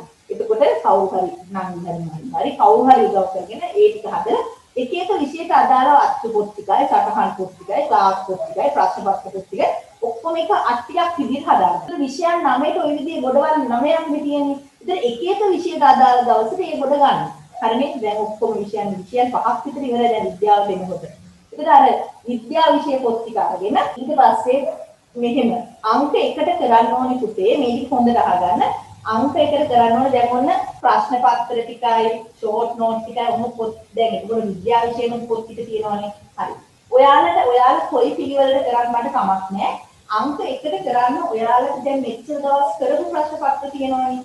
ඒ කරපු ප්‍රශ්න පත්‍රවල ඔයාලා බහුවර්ණ ප්‍රශ්න කරනකොට රචනා ප්‍රශ්න කරනකොට ව්‍යුහගත රචනා ප්‍රශ්න කරනකොට ඔයාලා ලියාගත්තපු යම් දෙයක්. එහෙම ඉතින් ලියාගෙන තියෙන්න ඕනේ. එක්ක වෙන පාඩකින් එහෙම ලියාගත්තපු දේවල් තියෙනවනේ. අන්න ඒව ටික පැය කීපයක් අරගෙන බලන්න. එතකොට හොඳට මතක තියාගන්න විෂය නිර්දේශයේ සියලුම ප්‍රශ්න හැදෙන්නේ ඔය මුළු පාඩම් ටිකෙන් විතරයි. ඒක නිසා හැම පේපර් එකකම 150 මේ සැරේ වාර විභාගයේ දී පේපර් එකේ 150ක් ඕලෙවල් වල තියෙනවා. හැබැයි තියෙන ප්‍රශ්නේ රටාව වෙනස් වෙලා. බහුවර්ණ වහපු එකක් ව්‍යුහගත රචනා තියෙන්නේ. ව්‍යුහගත රචනා වහපු එකක් බහුවර්ණ තියෙන්නේ. අන්න ඒ විදිහට තමයි තියෙන්නේ. ඉතින් ඒක නිසා අර ප්‍රශ්න පත්‍ර කිහිපයක් ඔයාලට අමාරුයි කියලා හිතෙන දැනගන්න ඕන කියලා හිතෙන. ඉතින් ඒ දේවල් ඔයාලා මත තමයි ඩිපෙන්ඩ් වෙන්නේ. එහෙම දේවල් ටික බලන්න. ඊට පස්සේ ෂෝට් නෝට් ටික බලන්න. ඊට පස්සේ ටෙක්ස්ට් බුක් ටික අරන් අනේ කවුරුවත් පළවෙනි පාඩම ඉඳලා පාඩම් කරන්න යන්න නම් එක ටෙක්ස්ට් බුක් ටික ගන්න ඕන. එකක් සමහරලාට ඔයාලා අර්ථ දැක්වීම වෙන කොලයක ලියලා නැත්නම් ටෙක්ස්ට් බුක් එකේ highlight කරලා තියෙනවා නම් අන්න ඒකෙන් අර්ථ දැක්වීම ටික එක සැරයක් බලා ගන්න. ඒතර මතක තියෙන ප්‍රමාණය ඒක අපි ඊට පහුවෙන උදේටත් අවසරයක් බලන්න. හරිනේ? ඒක එකක්. ඒකෝට මම ඔයාලට කියුවේ සමීකරණ ටික දැන් P = IR. ඒ සමීකරණ ටික ලියපු ටිකත් ඒකත් වෙනම තියාගන්න. ඒකත් අපිට උදේට බලන්න. ඊට අමතරව ආවර්තාවග්ගුව තියෙනවනේ. ඒකත් ලියලා බලන්න දැන් තියාගන්න පුළුවන්. ඊට අමතරව සක්‍රියතා ශ්‍රේණිය තියෙනවනේ. ඒව තමයි අපි දෙතුන් සැරයක් බලන්න ඕනේ. මොකද ඒව හැම වෙලේම ඕමනම්. හරිනේ? ඒකනේ. එතකොට දැන් මම මේ කතා කරන්නේ මාර්තු 5 වෙනිදා. ඒකවල මම දැන් විභාගෙට යන්න ඕන සූදානමින් අපි මේ ඊට කලින් දවසේ වැඩ ටික කරනකොට අපිට තේරුම් ගන්න ඕනේ පුතේ මේ අන්න දැන් කවුරු හරි මම අර කියන විදිහට බැරිම පාඩම් කියන ඒවා මේ වෙලාවේ බලන්න යන්න එපා. හරිනේ? 90න් ඒක ගත්තහම ඇතිනේ නේද? 90න් ඒක ගන්නවා කියන්නේ ලකුණු 200න් 180ක්. ඒ කියන්නේ ලකුණු 20ක්ම නැති වුණාට කමක් නැහැ. ඒක නිසා බැරිම කොටස ගැන හිතන්න. ඔක්කොම බැරි නම් ඉතින් එහෙම නම් වෙන්නේ කියන්නේ නැහැ. එහෙනම් මම කියන්නේ ඔක්කොම කන්දේ වහගෙන හලින්න. එතකොට ඒ ටික ඔක්කොම අපි ලියාගෙන කරගෙන මතක් කරගන්නවා. ඊට පස්සේ තව පොඩි කොලයක මම දන්නේ ඔයාලට එහෙමද කියලා මම විභාගෙට යනකොට එහෙමයි ඔය කරගෙන යනකොට මට අන්තිම මොහොතේ මෙන්න මේ ටික බලන්න ඕන කියලා ටිකක් මගේ ඔළුවේ තියෙනවා. ඒක නිසා මම තවත් පොඩි කොල තීරුවක් අරගෙන මේක විභාගෙට ගෙනියන්න නම් නෙමෙයි ලියන්න කියලා. හරිද? කොල තීරුවක් අරගෙන ආමට මේ සමීකරණය මතක. මේ අර්ථ දැක්වීම මතක නැහැ. දැන් අර බලාගෙන යනකොට අමතකයි කියලා හිතෙන්නේ. පොතක විතර ඒවලින් ගන්න බෑ. half sheet කොලේක ටිකක් ලියා ගන්න. එතකොට දැන් ওই ටිකක් ලියාගෙන ওই ප්‍රශ්න පත්‍ර ටිකක් බලලා ඔයාලට වැදගත් අනිත් එක අර මානව දේහ පාඩමේ මම ඔයාලට දීලා තියෙනවා යන සටහනක් ඒක අර ෂෝට් නෝට් එක ඔයාලට දුන්නේ නැත්නම් මම ඔයාලට ඒක දාන්නම් WhatsApp එකට පුතේ මේ ඒක print එකක් හරි අරගන්න. එතකොට ඒව ටික කියවන්න. ඒ අවශ්‍ය ෂෝට් නෝට් ටික කියවන්න. දීපු අපි හදපු නෝට් ටික කියවන්න. හරිනේ? ඒ ටික කියවලා දැන් ඔයාලා විභාගෙට ඔන්න එදා දවසම මේ පොළුවේ තියාගෙන ඉන්න. ඊට පස්සේ පැය භාගයක් යොස් කරන්න, ගෙදර අයත් එක්ක කතා කරන්න. මේක මේ නිකන් අර මහාම අමාරු දෙයක් විදිහට හිතන්න එපා. එහෙම හිතුවහම අපේ මනසට යන ප්‍රමාණය අඩුයි. ඒක නිසා පුළුවන් තරම් රිලැක්ස් එකේ ඒ වුමනා ටික කරන්න. එතකොට සාමාන්‍ය රෑ 11ට විතර නිදිය ගන්න. උදේ 4ට නැගිටිනවා නම් තමයි එහෙම නැගිටලා අර බලපු ටික සහ පොතේ තියෙන නම් කරපු සියලුම රූප සටහන්. දැන් අපි හිතමු ටෝයම පටකේ නම් කරලා තියෙනවා නම් ඒක. ශෛලම පටකේ නම් ඒක. ඒ රූප සටහන් මුළු අච්චු පොත් දෙකේම 10 11 පොත් දෙකේම එක සැරයක් පොත පෙරලගෙන යන්න. පිටුව පෙරලගෙන යන්න. ඒකට සාමාන්‍යයෙන් පැයක් එකමාරක් යයි. හැබැයි එතකොට ඔයාලගේ ඔළුවට අර විෂය කරුණු ආවර්ජනය වෙනවා. හරිනේ. ඊට පස්සේ මම දන්නේ ඔයාලා හොඳ වෙලාවකින් කියලා ඔයාලගේ හොඳ විදියට උදේට 5:00 පස්සේ කරනවා නම් ඒවට විනාඩියක් දෙකක් ගත වුණාට කමන්නේ. ඒ දේවල් ටික කරන්න ඉතින් විභාග ශාලාවට යන්න පැයකට ඒ තියෙන ප්‍රමාණයක් තියෙනවා. ඔයාලගේ තියෙන දුරත් එක්ක මට තේරෙන්නේ නැහැ කොහොමද කියලා. ඒ දුරත් එක්ක යන්න සාමාන්‍යයෙන් පැය භාගයකට විනාඩි 45කට කලින් විතර යන්න. ඔයාලා ගෙදර ආයෙත් එක වාහනේ යනවා නම් එතන ගිහිල්ලා ඔයාලා වාහනේ ඉන්න බැහැලා යන්න එපා. මොකද මේ තියෙන තත්ත්වෙත් එක්ක ආසන්නම මොහොතේදී තමයි. ඒතකොට වාහනේ ඉඳගෙන පොඩි වෙලාවක් වේලාවකින් යන මොකද මගදී ට්‍රැෆික් එකක් හම්බුනොත් නැත්නම් සමහරවිට මොකක් හරි හදිසියක් වෙලා හුලම් ගැසෙන මොන හරි දෙයක් වුණා කියන්නේ වෙන්නේ නැහැ. මම කියන්නේ ඒක නිසා අපි කොයි දෙයකට සූදානම්ින් වෙන්න ඕනේ. මම මේ හැමදේම කියන්නේ ඔයාලගේ මානසික මට්ටමේ පොඩි හරි වෙනසක් වුණොත් අපි මේ අවුරුදු ගානක් තිස්සේ මහන්සි වෙච්ච ඒවා අපත යනවා. මොකද පුතේ දැන් අවුරුදු 17ක් තිස්සේ මම කරන්නේ කියන්නේ මොකද දරුවන්ට. ඒතර මේ දරුවන්ට වෙච්ච අතරතැබ්බ මේ දේවල් දන්නවා. ඒක නිසා. හරිනේ? ඒක නිසා පෙර සූදානම් සහිතව යන්න. ගිහිල්ලා අර මම කියපු විදිහට දැන් මොන විභාග ශාලාවට පැය භාගයක් නම් කලින් කියන්නේ මේ දවස්වල යාළුකම් නම් පවත්වන්න එපා. මම දන්නේ නැහැ මම ආශ්‍රිතෙක් කියලා. මට රෝගය තියනවද කියලා දන්නේ නැහැ. ඒක මේ ඔයාලට මේ අවුරුද්ද දෙන්න තියෙන විශේෂ උපදේශයක්. ඒක නිසා අර අන්තිමට බලා ගන්න ඕන කියලා ලියාගත්තු කොලයක් තියෙනවනේ. ඒකත් අපේ තියාගන්න. අර පෑන් පැසල් පෙට්ටියක් තියාගන්න. ඒක ගුලි කරලා යනකොට ඩස්බින් එකකට හරි දාන්න පුළුවන්. මට මේක ප්‍රශ්නයක් නැහැ. ඒක ගෙනියන්න නම් එපා මතක ඇතුව. තමන් හොඳ සිහියෙන් යන්න. තමන්ගේ අපේ වැරදිලා හරි මොනෝම හරි කොල කෑල්ලක් තිබුණොත් ඒක අර ප්‍රශ්න පත්‍රයේ ලියනකොට තමන්ට ලොකු පීඩාවක් වෙනවා පුතේ. ඒක 100% එහෙමයි. මොකද විභාගෙදී ළමයි එහෙම අඹරෙනවා. හරි සරලව අපි දැකලා තියෙනවා. ඒක නිසා මම මෙන්න මේ ටික ලියාගෙන යනවා කියලා හිතන්න එපා. එහෙම ලියාගෙන යන්න ඕනේ නැහැ. ඔයාලට පුළුවන්. ඒතකොට එහෙම වුණොත් මේ මානසික නිදහසෙන් පේපර් එක ලියන්න බෑ. ඇයි Taman දන්නවනේ බොරහිත කියන එක තියෙනවා. ඒක Tamanගේ හිතට අර පීඩාව නිසා අර ඔළුවට එන කරුණු ටික මතක් වෙන්නේ නැහැ. හරිනේ. අර කොලේ ලියාගෙන යන පුංචි කරුණු දෙකෙන් නෙමෙයි නෝඩු පේපර් එකක් ලියන්නේ. ඒක නිසා ඉතිමනම් කරන්න එපා දරුවනි. මම කියන්නේ ඒකයි. හැබැයි මෙහෙම කරන්න පුළුවන්. කොහොමද කරන්නේ? දැන් මම කියවනේ විභාග ශාලාවට ගියා. ඔයාලට සාමාන්‍යයෙන් 8:00 9ට නම් 8:00 විතර ඇතුළට ගිහින් වාඩි වෙලා 45 විතර වෙනකොට ඒගොල්ලෝ වැඩ පටන් ගන්නවා. මොනවද කරන්නේ? ඉස්සෙල්ලම ඇඩ්මිෂන් සයින් කරන්න ඒ උපදෙස් දෙනවා. ඉතින් මේ උපදෙස් දීලා ඊට පස්සේ විභාගේ පේපර් එක බෙදන්න විනාඩි 10ක් 5ක් අතර කාලයකදී බෙදන ඔයාලට කොළ විභාගේ ලියන්න ඕන කොළ. හරිද? ඒ කොළ බෙදුවායින් පස්සේ වට පිට බලන්න එපා මුකුත් එපා. ඒ කොළ හැම එකකම මේ ඉන්ජිනේටර්ස්ලා දිනේ දාලා අත්සන් කරලා තියෙනවා. ඒතකොට ඒ කොළේක මොනවා ලියුවත් කමක් නැහැ. මොකද කරන්නේ? තමන් අර දන්න ටික සමීකරණ ටික ඒක තමන්ට කොච්චර මම ඒක දන්නවා. ඒක ලියන්න ඕනේ නැහැ කියලා හිතන්නේ. V සමානයි R x සමානයි නේද? ඕනම සමීකරණයක්. තමන්ගේ ඔළුවට එන ඔක්කොම ටික අර කොලේක ලියන්න. හරිනේ? ඒ ලියන්නේ අර පැය විනාඩි 5 ඇතුළත. හැබැයි ඉස්සෙල්ලම ලියන සක්‍රියතා ශ්‍රේණිය හරිද? ඒ දේවල් ආවර්තාවගුව අන්න ඒ ටික අර විනාඩි 5 ඇතුළත ලියන්න. අටු වැඩ කොළ ඕන තරම් දෙනවා හිරාන් කිසිම ප්‍රශ්නයක් නැහැ. හරිනේ? එතකොට ඒක ලියන්නේ පාර මුල් කොලේකුත් එක්ක දෙන පේපර් එකක් තියෙනවා. ඒකේ නැතුව නිකන් නෙමෙයි තව කොළ ඕන තරම් තියෙනවා. අර දුන්නාම තීරේ ඒ කොළ දෙක තුනක හරි කමන්නේ. ඒ අවශ්‍ය දේවල් ටික ලියන්න. මොකද ඒක අපිට අර පේපර් එකට උත්තර ලියනකොට හරි පහසුයි. ඒක අරක බැලුවා. ඒක ඔළුවට ආයේ ඒක එවලි මතක් කරන්න ඕනේ නැහැ. ඒක නිසා. හරිනේ? හරි. ඊට පස්සේ දැන් ඔන්න ඔයාලට පේපර් එක බෙදාගෙන යන්න. පේපර් එක බෙදාගෙන ගියහම දැන් කලබල වෙන්නේ නැතුව ඉස්සෙල්ලම හරි රිලැක්ස් වෙන්න. එතකොට ඔයාලා හිතන්න ඔන්න ඔයාලට ශක්තියක් වෙලා ඔයාලගේ දෙමාපියෝ වගේම මමත් ඔයාලා ළඟින් ඉන්නවා. හරි මේ එක කිසිම දෙයක් බැරි වෙන්නේ නැහැ. අමතක වෙන්නේ නැහැ. අමතක වුණොත් මම කන්නේ කියලා ඩොක්ටර් කරලා මතක් කරලා දෙන්නම්. හරිනේ එහෙම නිසා එහෙම වෙන්නේ නැහැ. අපි ඔයාලට ශක්තියක් ආශිර්වාදයක් වෙලා ළඟටම වෙලා ඉන්නේ. හරිනේ ඒක නිසා විභාගෙ ලියන මොහොතේදී හොඳ සිහි කල්පනාවෙන් තමන්ගේ ජීවිතයේ අනාගතයේ තීරණය කරන විදිහට මෙහිමයි අපි වැඩ කරන්න ඕනේ කියලා දැන් අපි හිතමු කළානේ තියෙන්නේ. ඒක නිසා අවශ්‍ය සූදානම වෙලානේ තියෙන්නේ. ඒක නිසා ඒ අර ප්‍රශ්න ටික සැහැල්ලුවෙන් කියවන්න. කියවන ගමන් පැන්සල අපේ තියාගන්න. කියවනකොට මොනවා හරි වැදගත් දෙයක් කියනවා. සෝරි මේ ප්‍රශ්නේ කියවනකොට පළවෙනි එකට අදාළ උත්තරේ A B කියන එක පැන්සලෙන් ලියාගෙන යන්න. ව්‍යුහගත රචනාවේ නම් ඔයාලට හොඳටම උත්තර තේරෙනවා නම් ඒක පැන්. දැන් මුලින් ඉස්සෙල්ලා විනාඩි 2-3ක් විතර දීපු ගමන්ම ලියන්න යන්න එපා. ප්‍රශ්න පත්‍රයේ ටිකක් පෙරලලා බලන්න. පෙරලලා බලනකොට ඔයාලට තේරෙයි හරිම ලේසි කියලා. එතකොට ඔයාලට තවත් මේක ලියන්න පහසුයි. ඒක නිසා පුතේ එතකොට ප්‍රශ්නේ දැන් මම පොඩි පැය 3යි විනාඩි 10ක් කියනවා කියලා මේ මුළු වෙලාවම තමන්ගේ පේපර් එකේ තමන් කරන දෙයට විතරක් අවධානය යොමු කරන්න. යාළුවට උදව් කරන්න යන්න, වටපිට බලන්න, එතනින් ගුරුවරු දිහා බලන්න, ඒගොල්ලොත් එක්ක කතා කරන්න. ඒ කිසිම දෙයක් කරන්න එපා. තමන්ගේ දේ කරන්න. මොකද කරන්නේ? උත්තර ලියනවා. ඊට පස්සේ මේ වැරදි නිවැරදි කරනවා. දැන් ගණනක් කියලා හිතමු. සමහරලාට ඔන්න මෙහෙම ඔයාලා දැන් මෙතන 3 බෙදීම 6 කියලා උත්තරය ආවා කියලා.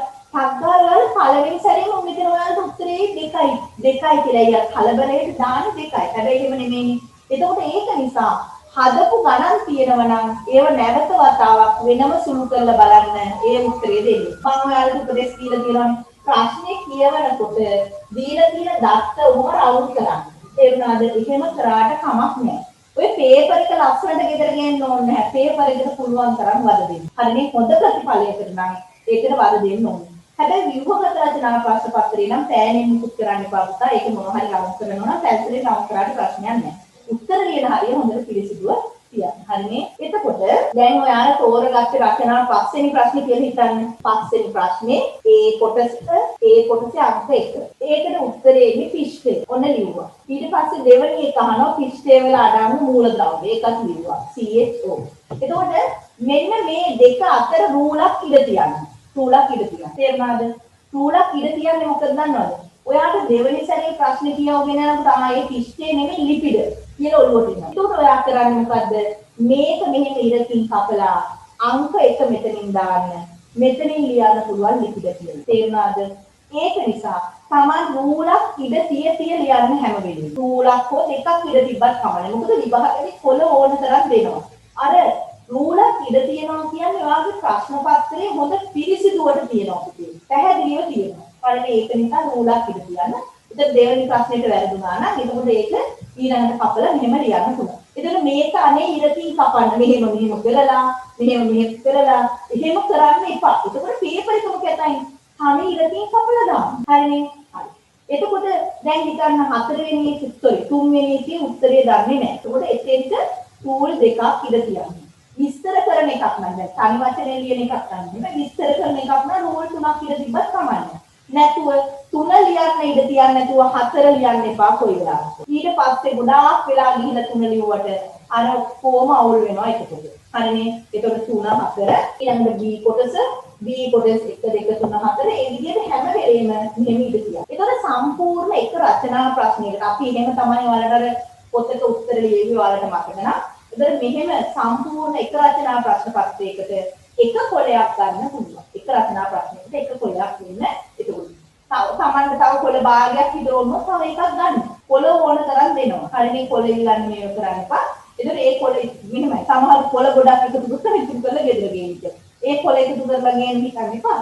මේක විභාගයේ වමනා ප්‍රමාණයට ඒක කියන්න. අටු වැඩ කරපු කොළ ටිකක් ඒකට අමුණන්න. ඒක ප්‍රශ්නයක් නෑ. එන්නේ නැතත් කමක් නැහැ. එන්නොත් තවත් හොඳයි. ඒක කමක් නෑ. හරිනේ. එහෙනම් ඒ විදිහට පේපර් එක ලියලා ඉවර වෙලා ඊට පස්සේ ඉන්ටර්වල් එක දෙනවානේ. දැන් මොන 12යි 10ට ඉන්ටර්වල් දෙනවා. ඒ ඉන්ටර්වල් එකේදී කන පොඩි දෙයක් අරගෙන ගිහිල්ලා අනේ යාළුවොත් එක්ක ඉතිලා ෂෙයා කරගෙන කතා බහ ඉන්නේ කන දවස්වල. හරිනේ. හැම වෙලේම තමන්ගේ ආරක්ෂාව ගැන හිතන්න. අර යාළුවත් එක්ක කතා කරන්නකො මම අරකට ලිව්වේ, ඔයා මොකද්ද ලිව්වේ? ඒව කරන්න එපා. තේරුණාද? විභාගෙට යන්න කලිනුත් එහෙමයි. මම ඔයාලට ඒක කතාවක් කියන්නම් පුතේ. හොඳම දක්ෂම දරුවෙක් හිටියා. මගෙන් ඉගෙන ගත්තම. එතකොට එයාගේ යාළුවෝ. ඒ යාළුවෝ මෙයාගෙන් ඇවිල්ලා අනේ මෙන්න මේ ගාන මොකද්ද කියලා මොකද්ද විකාර ගානක් එනවා අන්තිම මොහොත. එතකොට මොකද්ද උනේ? එතකොට අර ගාන හදාගන්න අර දරුවට බැරි වුණා. පැහැදිලිද? ඒ දරුවට බැරි වුණාම ඒ දරුවගේ මනස ඒ වෙලාවෙම වැටෙනවා. ඒක තමයි වෙන්නේ. ඒක නිසා මේ අන්තිම මොහොතේ කාගවත් ප්‍රශ්න වලට උත්තර දෙන්න යන්න එපා. හරිද? කවුරු හරි බැරි දෙයක් කිව්වොත් අනේ මටත් ඒක එච්චර බෑ කියලා එහෙම මේව කරන්න. හරිනේ? නැත්තම් මම ඒක දන්නවා එන්න කියලා දෙන්නම් කියලා අන්තිමට කියනවා. එයා ගේන්නේ මේ කොහේ හරි පරණ ටියුබ් එකක් තිබිච්ච පරණ විෂය නිර්දේශ ගානක් අරගෙන එන්නේ. තේරුණාද? ඒක මේක කියවුවහම ඔයාගේ ඔළුවත් අවුල්. ඒක නිසා එකම කියවන්න එපා. තමන්ගේ ඔළුවේ දැන් අර ලෑස්ති කරගෙන ගියපු සූදානම් ඉන්න පේපර් එක ලියන්න යන්න. ඒකයි කරන්න ඕනේ. හරිනේ? එක ප්‍රශ්නයකට පිටු එකමාරක් ගියොත් ඉතින් ඊළඟ ප්‍රශ්න ඊළඟ පිටු භාගෙ ලියන්න එපා. ඒකට වෙනම කොලයක් ගන්න. කිසි ප්‍රශ්නයක් නැහැ. හරිනේ? ඒකයි මම කිව්ව පුළුවන් තරම් ඉඳ තිය ලියන්න. ඒතකොට පිළිවෙලක් තියෙනවා. වැරදුනොත් අපිට කපල ලියන්නත් පුළුවන්. ඔයාලා තේරුම් ගන්න ඕනේ. අර බලන කෙනාට ආස හිතෙන විදිහට මේක ලියන්න. හරිනේ? ඒක නිසා පිළිවෙල කියන එක ඒ පේජ් මාකින් කරන ගුරුවරයාට හරිම පහසුයි. හරිනේ? එතකොට අන්න ඒ විදිහට පුතේ පේපර් එක ලියලා ඉවර වෙලා අවසානයේ ගන්න ටිකක් හදලා මම ඔයාලට කිව්වනේ අර අන්තිම වෙලාවේදී ඔයාලා ලියලා තියෙන ප්‍රශ්න තුනට අමතරව තව ප්‍රශ්න දෙකෙන් පහක් තියෙනවනේ පහෙන් තව දෙකකට හෝ එකකටත් ලියන්නද අනිවාර්යෙන් හැම දරුවෙක්ම අමතරව එක ප්‍රශ්නයකට හරි උත්තර ලියන්න ඕනේ. තේරුණාද? මොකද ඔයා හොඳටම හිතන් ඉන්න පුළුවන් කියන ප්‍රශ්නෙට සමහර වෙලාවට 20 ලකුණු 10ක් වෙන්න පුළුවන්. එහෙම වුණොත් ඒක අපිට අවාසියක් වෙනවා. තේරුණානේ? ඒක නිසා අනිවාර්යෙන් මම දෙන උපදේශය ප්‍රශ්න 5න් 4කට අනිවාර්යෙන් ලියන්න. 4කට ලියන්න. 5ට පුළුවන් නම් 5ටම ලියන්න. දැන් මෙන්න මේ 2019 මම මේ තව උපදේශ ටිකක් තියෙනවා. නිවැරදි වචනේ ඇතිවිට පමණක් ඒක නිවැරදි පිළිතුරක් විදිහට තමයි බාරගන්නේ. හරිද? එතකොට මෙන්න මේ වචනේ යටින් ඉදියදලා තියෙන ඔයාලට පේනවනේ දැල් වෙන කියලා. එතකොට අන්නේ දැල් වෙන කියන වචනේ තියෙන්න ඕනේ. නැත්තම් නිකම්ම පුලිකු කීරක් කිව්වොත් ඒක වැරදිනේ. නැත්නම් දැල් වෙන පුලිකු කීරක්. කොහොම වුණත් මේ දැල් වෙන වචනේ තිබුණොත් තමයි මේ ලකුණ දෙන්නේ. අන්න ඒකයි අපිට ඉරි ඇදලා තේරුණාද? එතකොට මේ නිවැරදි වචනේ තිබුණොත් විතරයි ඒක නිවැරදි පිළිතුරක් විදිහට බාරගන්නේ. අන්න ඒක තේරෙන්න. ඒක නිසා ප්‍රශ්න පත්‍රයේ අපිට ලියන්න ඕන හරිම උත්තරේ එහෙම තේරුම් ගන්න ඕන. පොක්හඬක් නගමින් වායුව දැවෙන. පොක්හඬක් නගමින් තමයි වායුව දැවීම සිදු වෙනවා. එතකොට එතෙන්ට ඒ වචනේ ඉදි ගහලා කියනවා කියන්නේ මම කිව්ව ස්කීම් එකේ ඒ වචනේ තිබුණොත් තමයි ඒ ලකුණ ඉදි වෙන්නේ. පැහැදිලිද? ඒක නිසා ඒක ගැන සැලකීමක් වෙන්න අත්‍යවශ්‍ය වචන ඒ විදිහට ලියන්න ඕන. පිළිතුරු පත්‍රයේ ස්ටේප්ලර් කරන නෙමෙයි පුතේ තියෙන්නේ. ඒගොල්ලෝ පන්ච් කරලා නූලකින් ගැට ගහන්නයි තියෙන්නේ. හරිනේ? ඒ නූල් ඒක ඔක්කොම දෙන්න. ඒවා අන්තිම වෙන මොහොත වෙනකන් ඉන්නේ නැතුව මම ඒක කියන්නම්. පිටු අංක ටික දාන්න ඕනේ. පිටු අංක දාන හැම කොලයකම උඩින් තියෙන ප්‍රශ්නාංක දාන්න වෙනම තැනක් තියෙනවා. මෙන්න මෙහෙම කොටුවක් තියෙනවා ප්‍රශ්නාංක දාන්න. එතන මෙතන 0.6ද එහෙම කියලා ප්‍රශ්නාංක දාන්න. ඔයා පැති 3ක ලිව්වනම් මේ ප්‍රශ්නේ ඒ පැති 3ේම ප්‍රශ්නාංකේ 6 කියන එක දාන්න.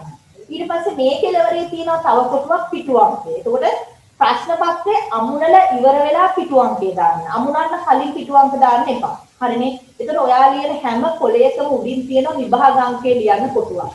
ඒ කොටුවේ විභාග අංකය ලියන්න. හරිද? ඒ උපදේශ ටික අනිවාර්යෙන් කරන්න. ඒක මොකද ප්‍රශ්නාංකයේ හැම පිටුවකම ලියලා කොළ ටික අමුණලා ඉවර වෙලා කොළ ටික අමුණන්න ඒගොල්ලෝ කරන්නේ පංච් කරලා තමයි කියනකම සිදුරක් හදලා තියෙන්නේ. එතනින් මොහොම නූල යවලා ඊට පස්සේ මේක මේව කරනවා. හරිනේ? එතකොට ඒක අමුණලා තමයි ඊට පස්සේ තායි බලන්න වෙලාව තියෙනවා. අන්තිම මොහොත වෙනකන් ඉන්න එපා කොළ අමුණන්න. තමන් ගාව තියෙන අර කටු වැඩ කොළ ටික තියෙනවනේ.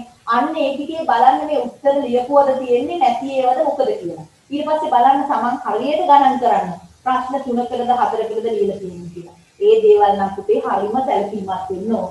අනේ ප්‍රශ්න පත්‍රය බාර දෙන මොහොත වෙනකම් අර අවධානය වෙන දේවල් වලට යොමු කරන්නේ නැතුව පේපර් එකම දිහා බලන්න. සමීකරණයක් මොකක් හරි ලියනවා නම් මම ඔයාලට ඒක කියලා තියෙනවා. සමීකරණයක් ලියනවා නම් ඒක තමන් හරියට සමීකරණය ලියලා මම දැන් මේක පේපර් එකක් මම ඔයාලට ඉස්සෙල්ලා පෙන්නන්න. ඒක හරියටම සමීකරණය ලියලා ආදේශ කිරීම කරන්න. හරිද? හොඳයි. ඊට පස්සේ මෙන්න මේක මම දැන් ඉස්සෙල්ලා කියවුවමයි විභාගයේ නියමිත දවසේ නියමිත වේලාවට විභාග ශාලාවේ අසුන් ගන්න ඕනේ. ප්‍රමාදයක් ඇතිවොත් ඇති වෙන කලබලය ඔබගේ මානසික ඒකාග්‍රතාවය දින දැමීමට හේතු වෙනවා. එහෙම වුණොත් ඒක පේපර් එකටම බලපාන්න පුළුවන්. හරිනේ. වේලාව වැඩිපුර තිබෙදී විභාග ශාලාවට ඇතුළු වුණාම ඔයාලා පාඩම් කරපු දේවල් සිහියට ගන්නවා නිසා අමතක වෙනවයි කියලා හිතන සමීකරණ සූත්‍ර නැවත මෙනෙහි කරලා අර කොලේ දුන්නාම පිළිතුරු ලියන කොලයක පළමුව ලැබෙනවා අමතක වෙන ඒවා ඒක ඉක්මනින් සටහන් කරගන්නවා. ඒක තමයි කරන්නේ. හරිනේ. එතකොට විභාගය ආරම්භ කිරීමට පෙර විභාග ශාලාව තුළදී හෝ යහළු එළියත් සමග විෂය කරුණු හෝමාරු කර ගැනීමට යාම ඔබගේ මතකයේ වෙනස් වීමට හෝ නව ගැටලු නිර්මාණය වීමට අවස්ථාවක්. ඔයාලා මේවා සරලව දැකුවට මේ හැම එකටම අපේ ජීවිතේ උදාහරණ තියෙනවා. හිම වෙච්ච දේවල්. හරිනේ. ඒක නිසා එහෙම කරන්න එපා. හරිද? ඒක පළමුව දෙවෙනි කොටස හම්බෙන්නේ විනාඩි 10ක් වැඩිපුර දෙනවා. හොඳින් කියවන්න. ව්‍යුහගත රචනා ප්‍රශ්න පත්‍රය ගැන සාමාන්‍යයෙන් අපි ඉස්සර ලියන්න යන්නේ. ඒක සමහර දරුවෝ රචනායකට ලියනවා. ඒක ඔයාලා කැමති විදිහට ලියන්න. හැබැයි ව්‍යුහගත එකට ලියන එක හොඳයි කියලා තමයි මම කියන්නේ. ඒතර පිළිතුරු නිශ්චිතව නොදන්නේ නම් ඒක අත්හැරලා අනිත් කොටසට යන්න. නැතුව පෑනේ ලියන කපන්න නම් සූදානම් වෙන්න එපා. හරිනේ. එතන ටිපෙක්ස් භාවිතයට අවසර නැති නිසා ඒ වැරදි පිළිතුර ඉරකින් කපන්න. අර කුරුතු ගන්න යන්න එපා. ඉරකින් කපලා නිවැරදි පිළිතුර ලියන්න. එතන ව්‍යුහගත රචනා ප්‍රශ්න සියල්ලටම එම දීලා තියෙන ඉඩ ප්‍රමාණය ප්‍රයෝගී කරගෙන තමයි පිළිතුරු ලියන්න. හරිද? එතන රචනා ප්‍රශ්න පහෙන් තුනක් තෝරා ගන්න ඕනේ. හොඳින් කියවන්න. කියවන අතරතුර 100ට එන පිළිතුර හෝ කොටස් පැන්සලක් භාවිතයෙන් කෙටියෙන් සටහන් කරගන්න. හරිනේ? අවසානයේදී නිවැරදි පිළිතුරු වැඩියෙන්ම සපයන්න පුළුවන් ප්‍රශ්න ටික තෝරාගෙන ලියන්න. ඊට පස්සේ මුලින්ම ලියන්න තෝරගන්න ප්‍රශ්නයක්. ඉතින් ඔයාලා ඒකයි මම කිව්වේ. ගොඩක්ම ලේසි ප්‍රශ්න මුලින්ම තෝරගන්න. නැත්තම් හදිස්සියවත් ඒකේ තියෙන සමහර ඒවාට ඒක ලියාගෙන යන මේ කොටස බෑ කියලා ඔයාලට හිතුනොත් මේ ඉරිවලින් කපන්න යන්න එපා ඉස්සෙල්ලම. ඒ ප්‍රශ්නේ පැත්තකින් තියලා ඉතින් මම වෙලින් එකක් ලියනවා කියලා එහෙම ලියන්න. මොකද අර ගැටලු ගොඩාක් આવුත් ඊට පස්සේ ඔයාලගේ ඔළුව අවුල් වෙනවා නේ මට බෑනේ කියලා. ඒ බෑනේ කියන හැඟීම නම් ඔළුවට ගන්න එපා මොකද. හරිනේ ඔයාලා හැන්දුලෙන් හිතන්න මෙච්චර ප්‍රමාණයක් ඉගෙනගෙන මමත් දැන් උගන්නපු විෂය කරුණු මෙච්චර ප්‍රමාණයක් ඉගෙනගෙන සාමාන්‍ය පෙළ විභාගය යන එකම බැජ් එක ඔයාලා. ඒක නිසා ඔයාලගේ ප්‍රතිඵලය අනිවාර්යයෙන්ම ඒ සාමාර්ථම වෙන්න ඕනේ. ඊට වඩා අඩු වේව නම් මම බාරගන්නේ නැහැ. හරිනේ. ඒකෝට අර ඉඳ ඇරලා අවසානයේදී ගැටලුකාරී ප්‍රශ්න දෙකට යොමු වෙන්න. ඒක ප්‍රශ්නයක් නෑ. හරිද? දැන් මෙන්න මෙහෙම මේ වගේ අවස්ථාවක් වුණොත් වායුන් දෙකක් සඳහන් කරන්න කිව්වහම ඒතර වායුන් දෙකක් ලියලා එම එක් වායුව පරිසරයෙන් නිදහස් කරන්න පුළුවන් ක්‍රමයේ වැඩි ලියන්න. දැන් සල්ෆර් ඩයොක්සයිඩ් කියලා ලිව්වොත් එතන ඉස්සරහින් ලියන්න වල්කනයිස් කරපු රබර් දහනය කියලා. හරිද? ඉතින් උත්තරේ ඉස්සරහින් ලියන්න. එතකොට තමයි අපිට ලකුණු දෙන්නේ. නයිට්‍රජන් ඩයොක්සයිඩ් දෙන්න පුළුවන් විදුලි කෙටීම මදි. නැත්නම් වාහන තුළ ඉන්දිම සිදුවන දහන ප්‍රතික්‍රියා මදි. එතකොට මේ ක්‍රමය ඒක ඉස්සරහින් ලියන්න. නැතුව ඉස්සෙල්ලා වායු දෙක ලියලා පස්සේ ක්‍රම ලියන්න යන්න එපා. එතකොට ගැටලුවක් වෙනවනේ. මේකේ මොකද්ද මේ හරි උත්තරේ? ඒකට මොකද්ද ගැලපෙන්නේ කියලා. ඒක නිසා. මෙන්න මේ. දැන් මෙන්න මේකේ පුතේ පරිසර දූෂණය සඳහා හේතු වන අපද්‍රව්‍ය කීපයක් දීලා තියෙනවා. මේකට සුපෝෂණයට හේතු වෙන්න පුළුවන් ද්‍රව්‍ය විදිහට මේ තුනම ගන්න පුළුවන්. ඒක ප්‍රශ්නයක් නෑ. මෙන්න පරිසරයේ රසදිය නිදහස් වීමට වඩා ඉඩ ඇත්තේ ඉහත සඳහන් කුමන ද්‍රව්‍යද? ඉහත සඳහන් කුමන ද්‍රව්‍යද කියපු ගමන් ළමයි ගොඩක් ලියලා තිබුණේ පහන් කියලා. ප්‍රතිදීප්ත කෑල්ල හලලයි. මෙතන තියෙන ඒවායින් ප්‍රතිදීප්ත කෑල්ල හලලා එතකොට නිකම්ම මේ උත්තර කෑල්ලක් විතරක් ලියලා. එතකොට ලකුණු දුන්නේ නැහැ. තේරුණාද? පහන් කියලා ලියපු කාටවත් ලකුණු දුන්නේ නැහැ. ප්‍රතිදීප්ත පහන් කියන එක තේරෙනවා. ඒක නිසා මම ඔයාලට ඉස්සෙල්ලත් කියවනේ තෝරලා ලියනකොට එතන තියෙන වචනෙම ලියන්න. එකක් ලියන්න කියනකොට ඒක විතරක් ලියන්න. හරිම උත්තරේ. දැන් ඔයාලා මෙතන හතරක් විතර ලිව්වට ඔයාලා හොඳම උත්තරේ තමයි ඉස්සෙල්ලම ලියන්නේ. එතකොට මොකද මේ උත්තර වැරදි වුණොත් ඒවා කපලවට ලකුණු දෙන්නේ ඔයාලා උත්තරේ විදියට සලකන්නේ පළවෙනියේ. හැබැයි සමහර වෙලාවට කාරණා ගොඩක් ලියලා තිබුණොත් ඉස්සෙල්ලත් මම පෙන්නන ඒවා වැරදි උත්තර විදියට සලකන්න පුළුවන්. හරිනේ? දැන් මේ සාන්ද්‍රණයේ ගැටලුවක්. හරිනේ? ඒතර සාන්ද්‍රණයේ ගැටලුවට මේ වගේ එකක් එන්න පුළුවන්. එතකොට මෙතන මවුල ගාන හොයන්න. දැන් ඔයාලට පේනවනේ මෙතන ලකුණු දීලා තියෙන විදිය පුතේ. එතකොට මේකට ලකුණු 2යි මේකට ලකුණු 3යි. එතන මවුල ගාන හොයන්නේ කොහොමද? n සමානයි n බෙදීම n. අන්නේ ඒ සමීකරණය තමයි මෙතෙන් ලියන්නේ. එතකොට දීලා තියෙන ස්කන්ධ 1.9යි මෞලික ස්කන්ධය 95යි. එතන මෞලික ස්කන්ධයත් ඔයා මෙතනම හොයන්න. සමහර පේපර් වල ඒකට ලකුණක් දෙනවා සමහර ඒවා ලකුණක් දෙන්නේ නැහැ. ඒ වුණාට ඒක මෙතනම හොයන්න. හරිනේ. මැග්නීසියම් 24යි, ක්ලෝරින් 35.5 2යි. ඒතර ඒක හෙව්වම මෙතන එනවා කීයක්ද 95.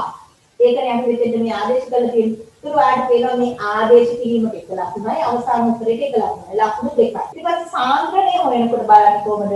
මෙතන C සමාන n බෙදීම එතකොට n කියන්නේ කීයද 0.02යි පරිමාවදාන කීයද 10ක 10ක් කියන්නේ කීයද 0.02යි හරිනේ එතකොට මෙතන දෙක බෙදීම එක කියලා කියන්නේ 2යි මවල ගන්න. මේ තේරෙනවනේ ඒකකය නැත්තම් ලකුණු දෙන්නේ නැහැ. පැහැදිලිද? ඒකකය නැත්තම් ලකුණු දෙන්නේ නැහැ.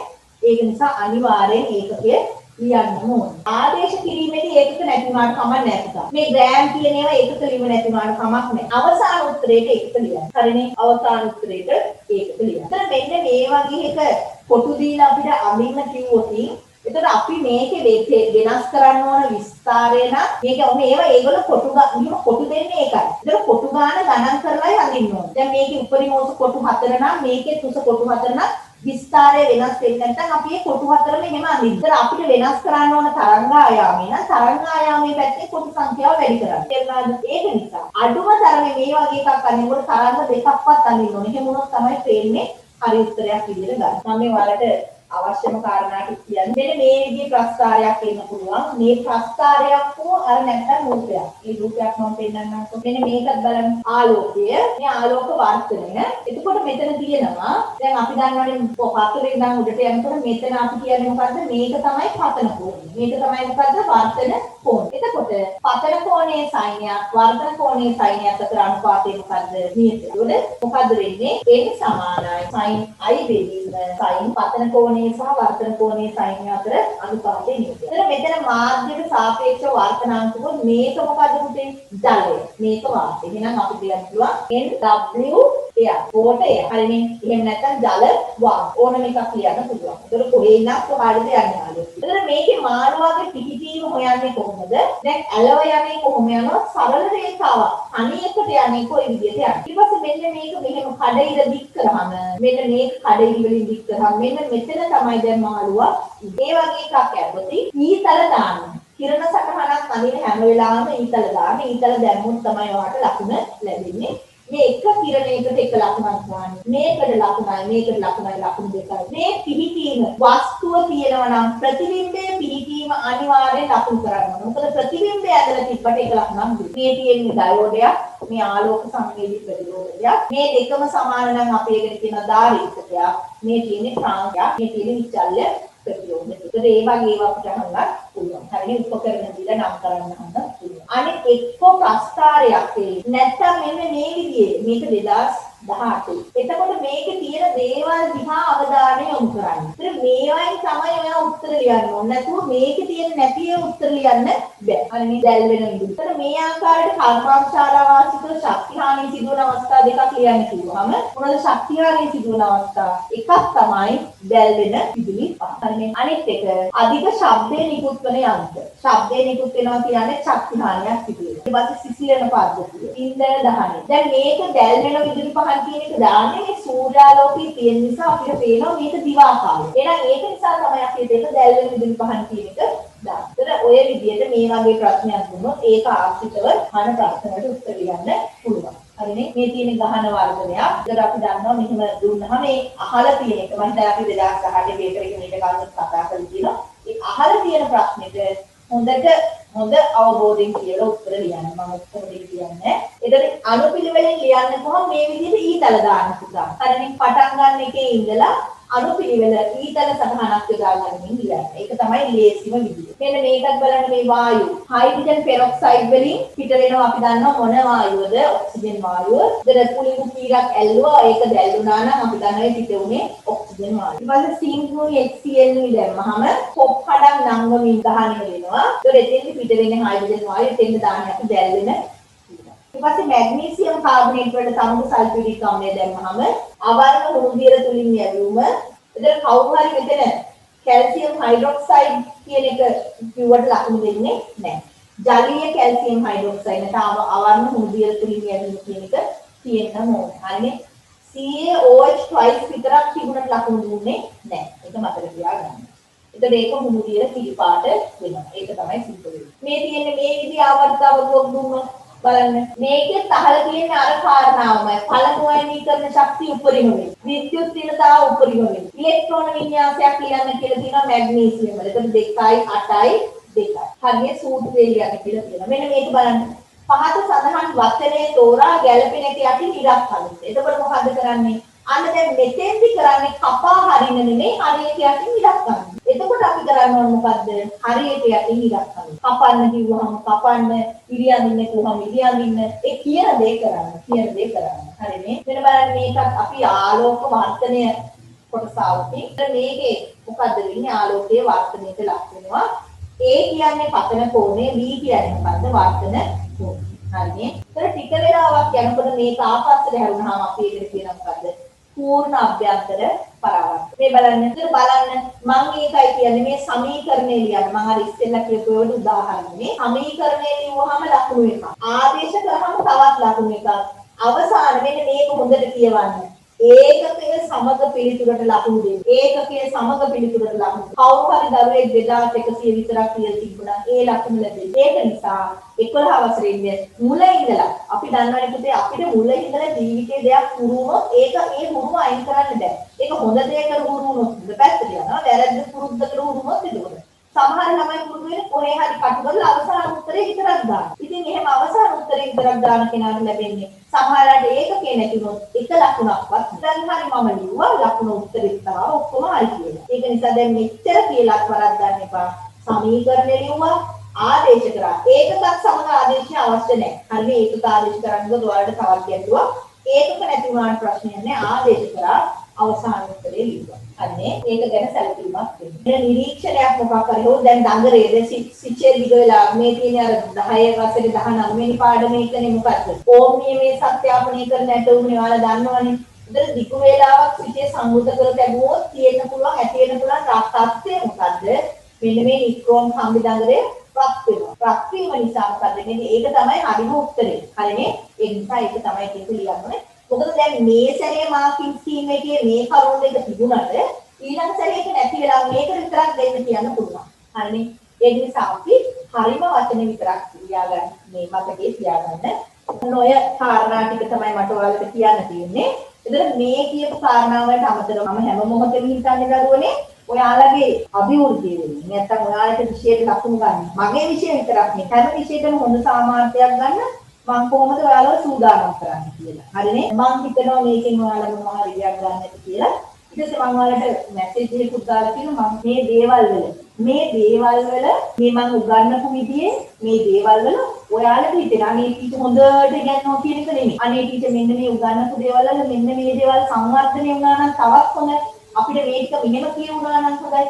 අන්නේ කමෙන්ට් එක තමයි මම බලාපොරොත්තු වෙන්නේ. මට කවුරු හරි දරුවෙක් අනේ ටීචර් හොඳයි ටීචර්ගෙන් තමයි මම ඉතින් මම කියන්නේ වැරදි කියන එක නෙමෙයි. ඉතින් මට එහෙම කමෙන්ට් එකකුත් ඕනේ. ඒක ඔයාගේ අත්අඩංගුවෙන්ම ලියලා ඊට කලින් මම ක්ලාස් එකේ දරුවෝනේ ලියාගෙන කියන දැන් ඉතින් එහෙම හම්බෙන්නේ නැහැ නේ අපි. ඒක නිසා දුරින් ඉන්න දරුවෝ මට ඒක ෆොටෝ එකක් ගහලා WhatsApp කරන්න. මොකද මම මේ හැමදේම යොදාගන්නේ මම ඉස්සරහට උගන්වන විදිය සහ ඔයාලගේ නංගිල මල්ලාට උගන්වන විදිය සංවර්ධනය කරගන්න. හරිනේ මෙච්චර ආමගේ ඔයාලත් මට ඉස්සරහට යන ආශිර්වාදයක් වෙලා තියෙනවා දරුවනේ ඔයාලගේ නංගිල අක්කලාගේ හැම. එහෙනම් දරුවනේ ඔයාලා සම්බන්ධ වුණාට ගොඩක් එහෙනම් හොඳයි දරුවනේ. එහෙනම් හොඳ දරුවෝ වගේ පරිස්සමෙන් ඉන්න පුතේ සෞඛ්‍ය ආරක්ෂිත වෙන්න අනේ කිසිම දෙයකට එකට බහින්න එපා. දැන් ඉස්කෝලේ තිමාඩුයිනේ ඒක නිසා ගෙදරට වෙලා ඉන්න අපි මෙච්චර කාල මමත් පරිස්සම් වුණා ඔයාලා නිසා ඔයාලගේ දෙමව්පියොත් පරිස්සම් වෙනවා ඔයාලත් පරිස්සම් වෙනවා මොකද මේ මොහොතේ ඔයාලා තමයි අපිට වටින් නදී ඉස්කෝලේ වලින් ඔයාලව පරිස්සම් කරා ඉතින් ඒක නිසා හොඳ දරුවෝ වගේ ඒ පරිස්සමත් එක්ක මේ ඉතුරුත් අපි දෙක ජීවත් වෙනවා හරිනේ විභාගේ ලියති ඉතිරියට පස්සේ නෙමෙයි මම කියන්නේ විභාගේ ලියනකම් ගොඩක් වැදගත් හොඳයි නම් හැමෝටම සුබ දවසක් පරිස්සමින් ඉන්න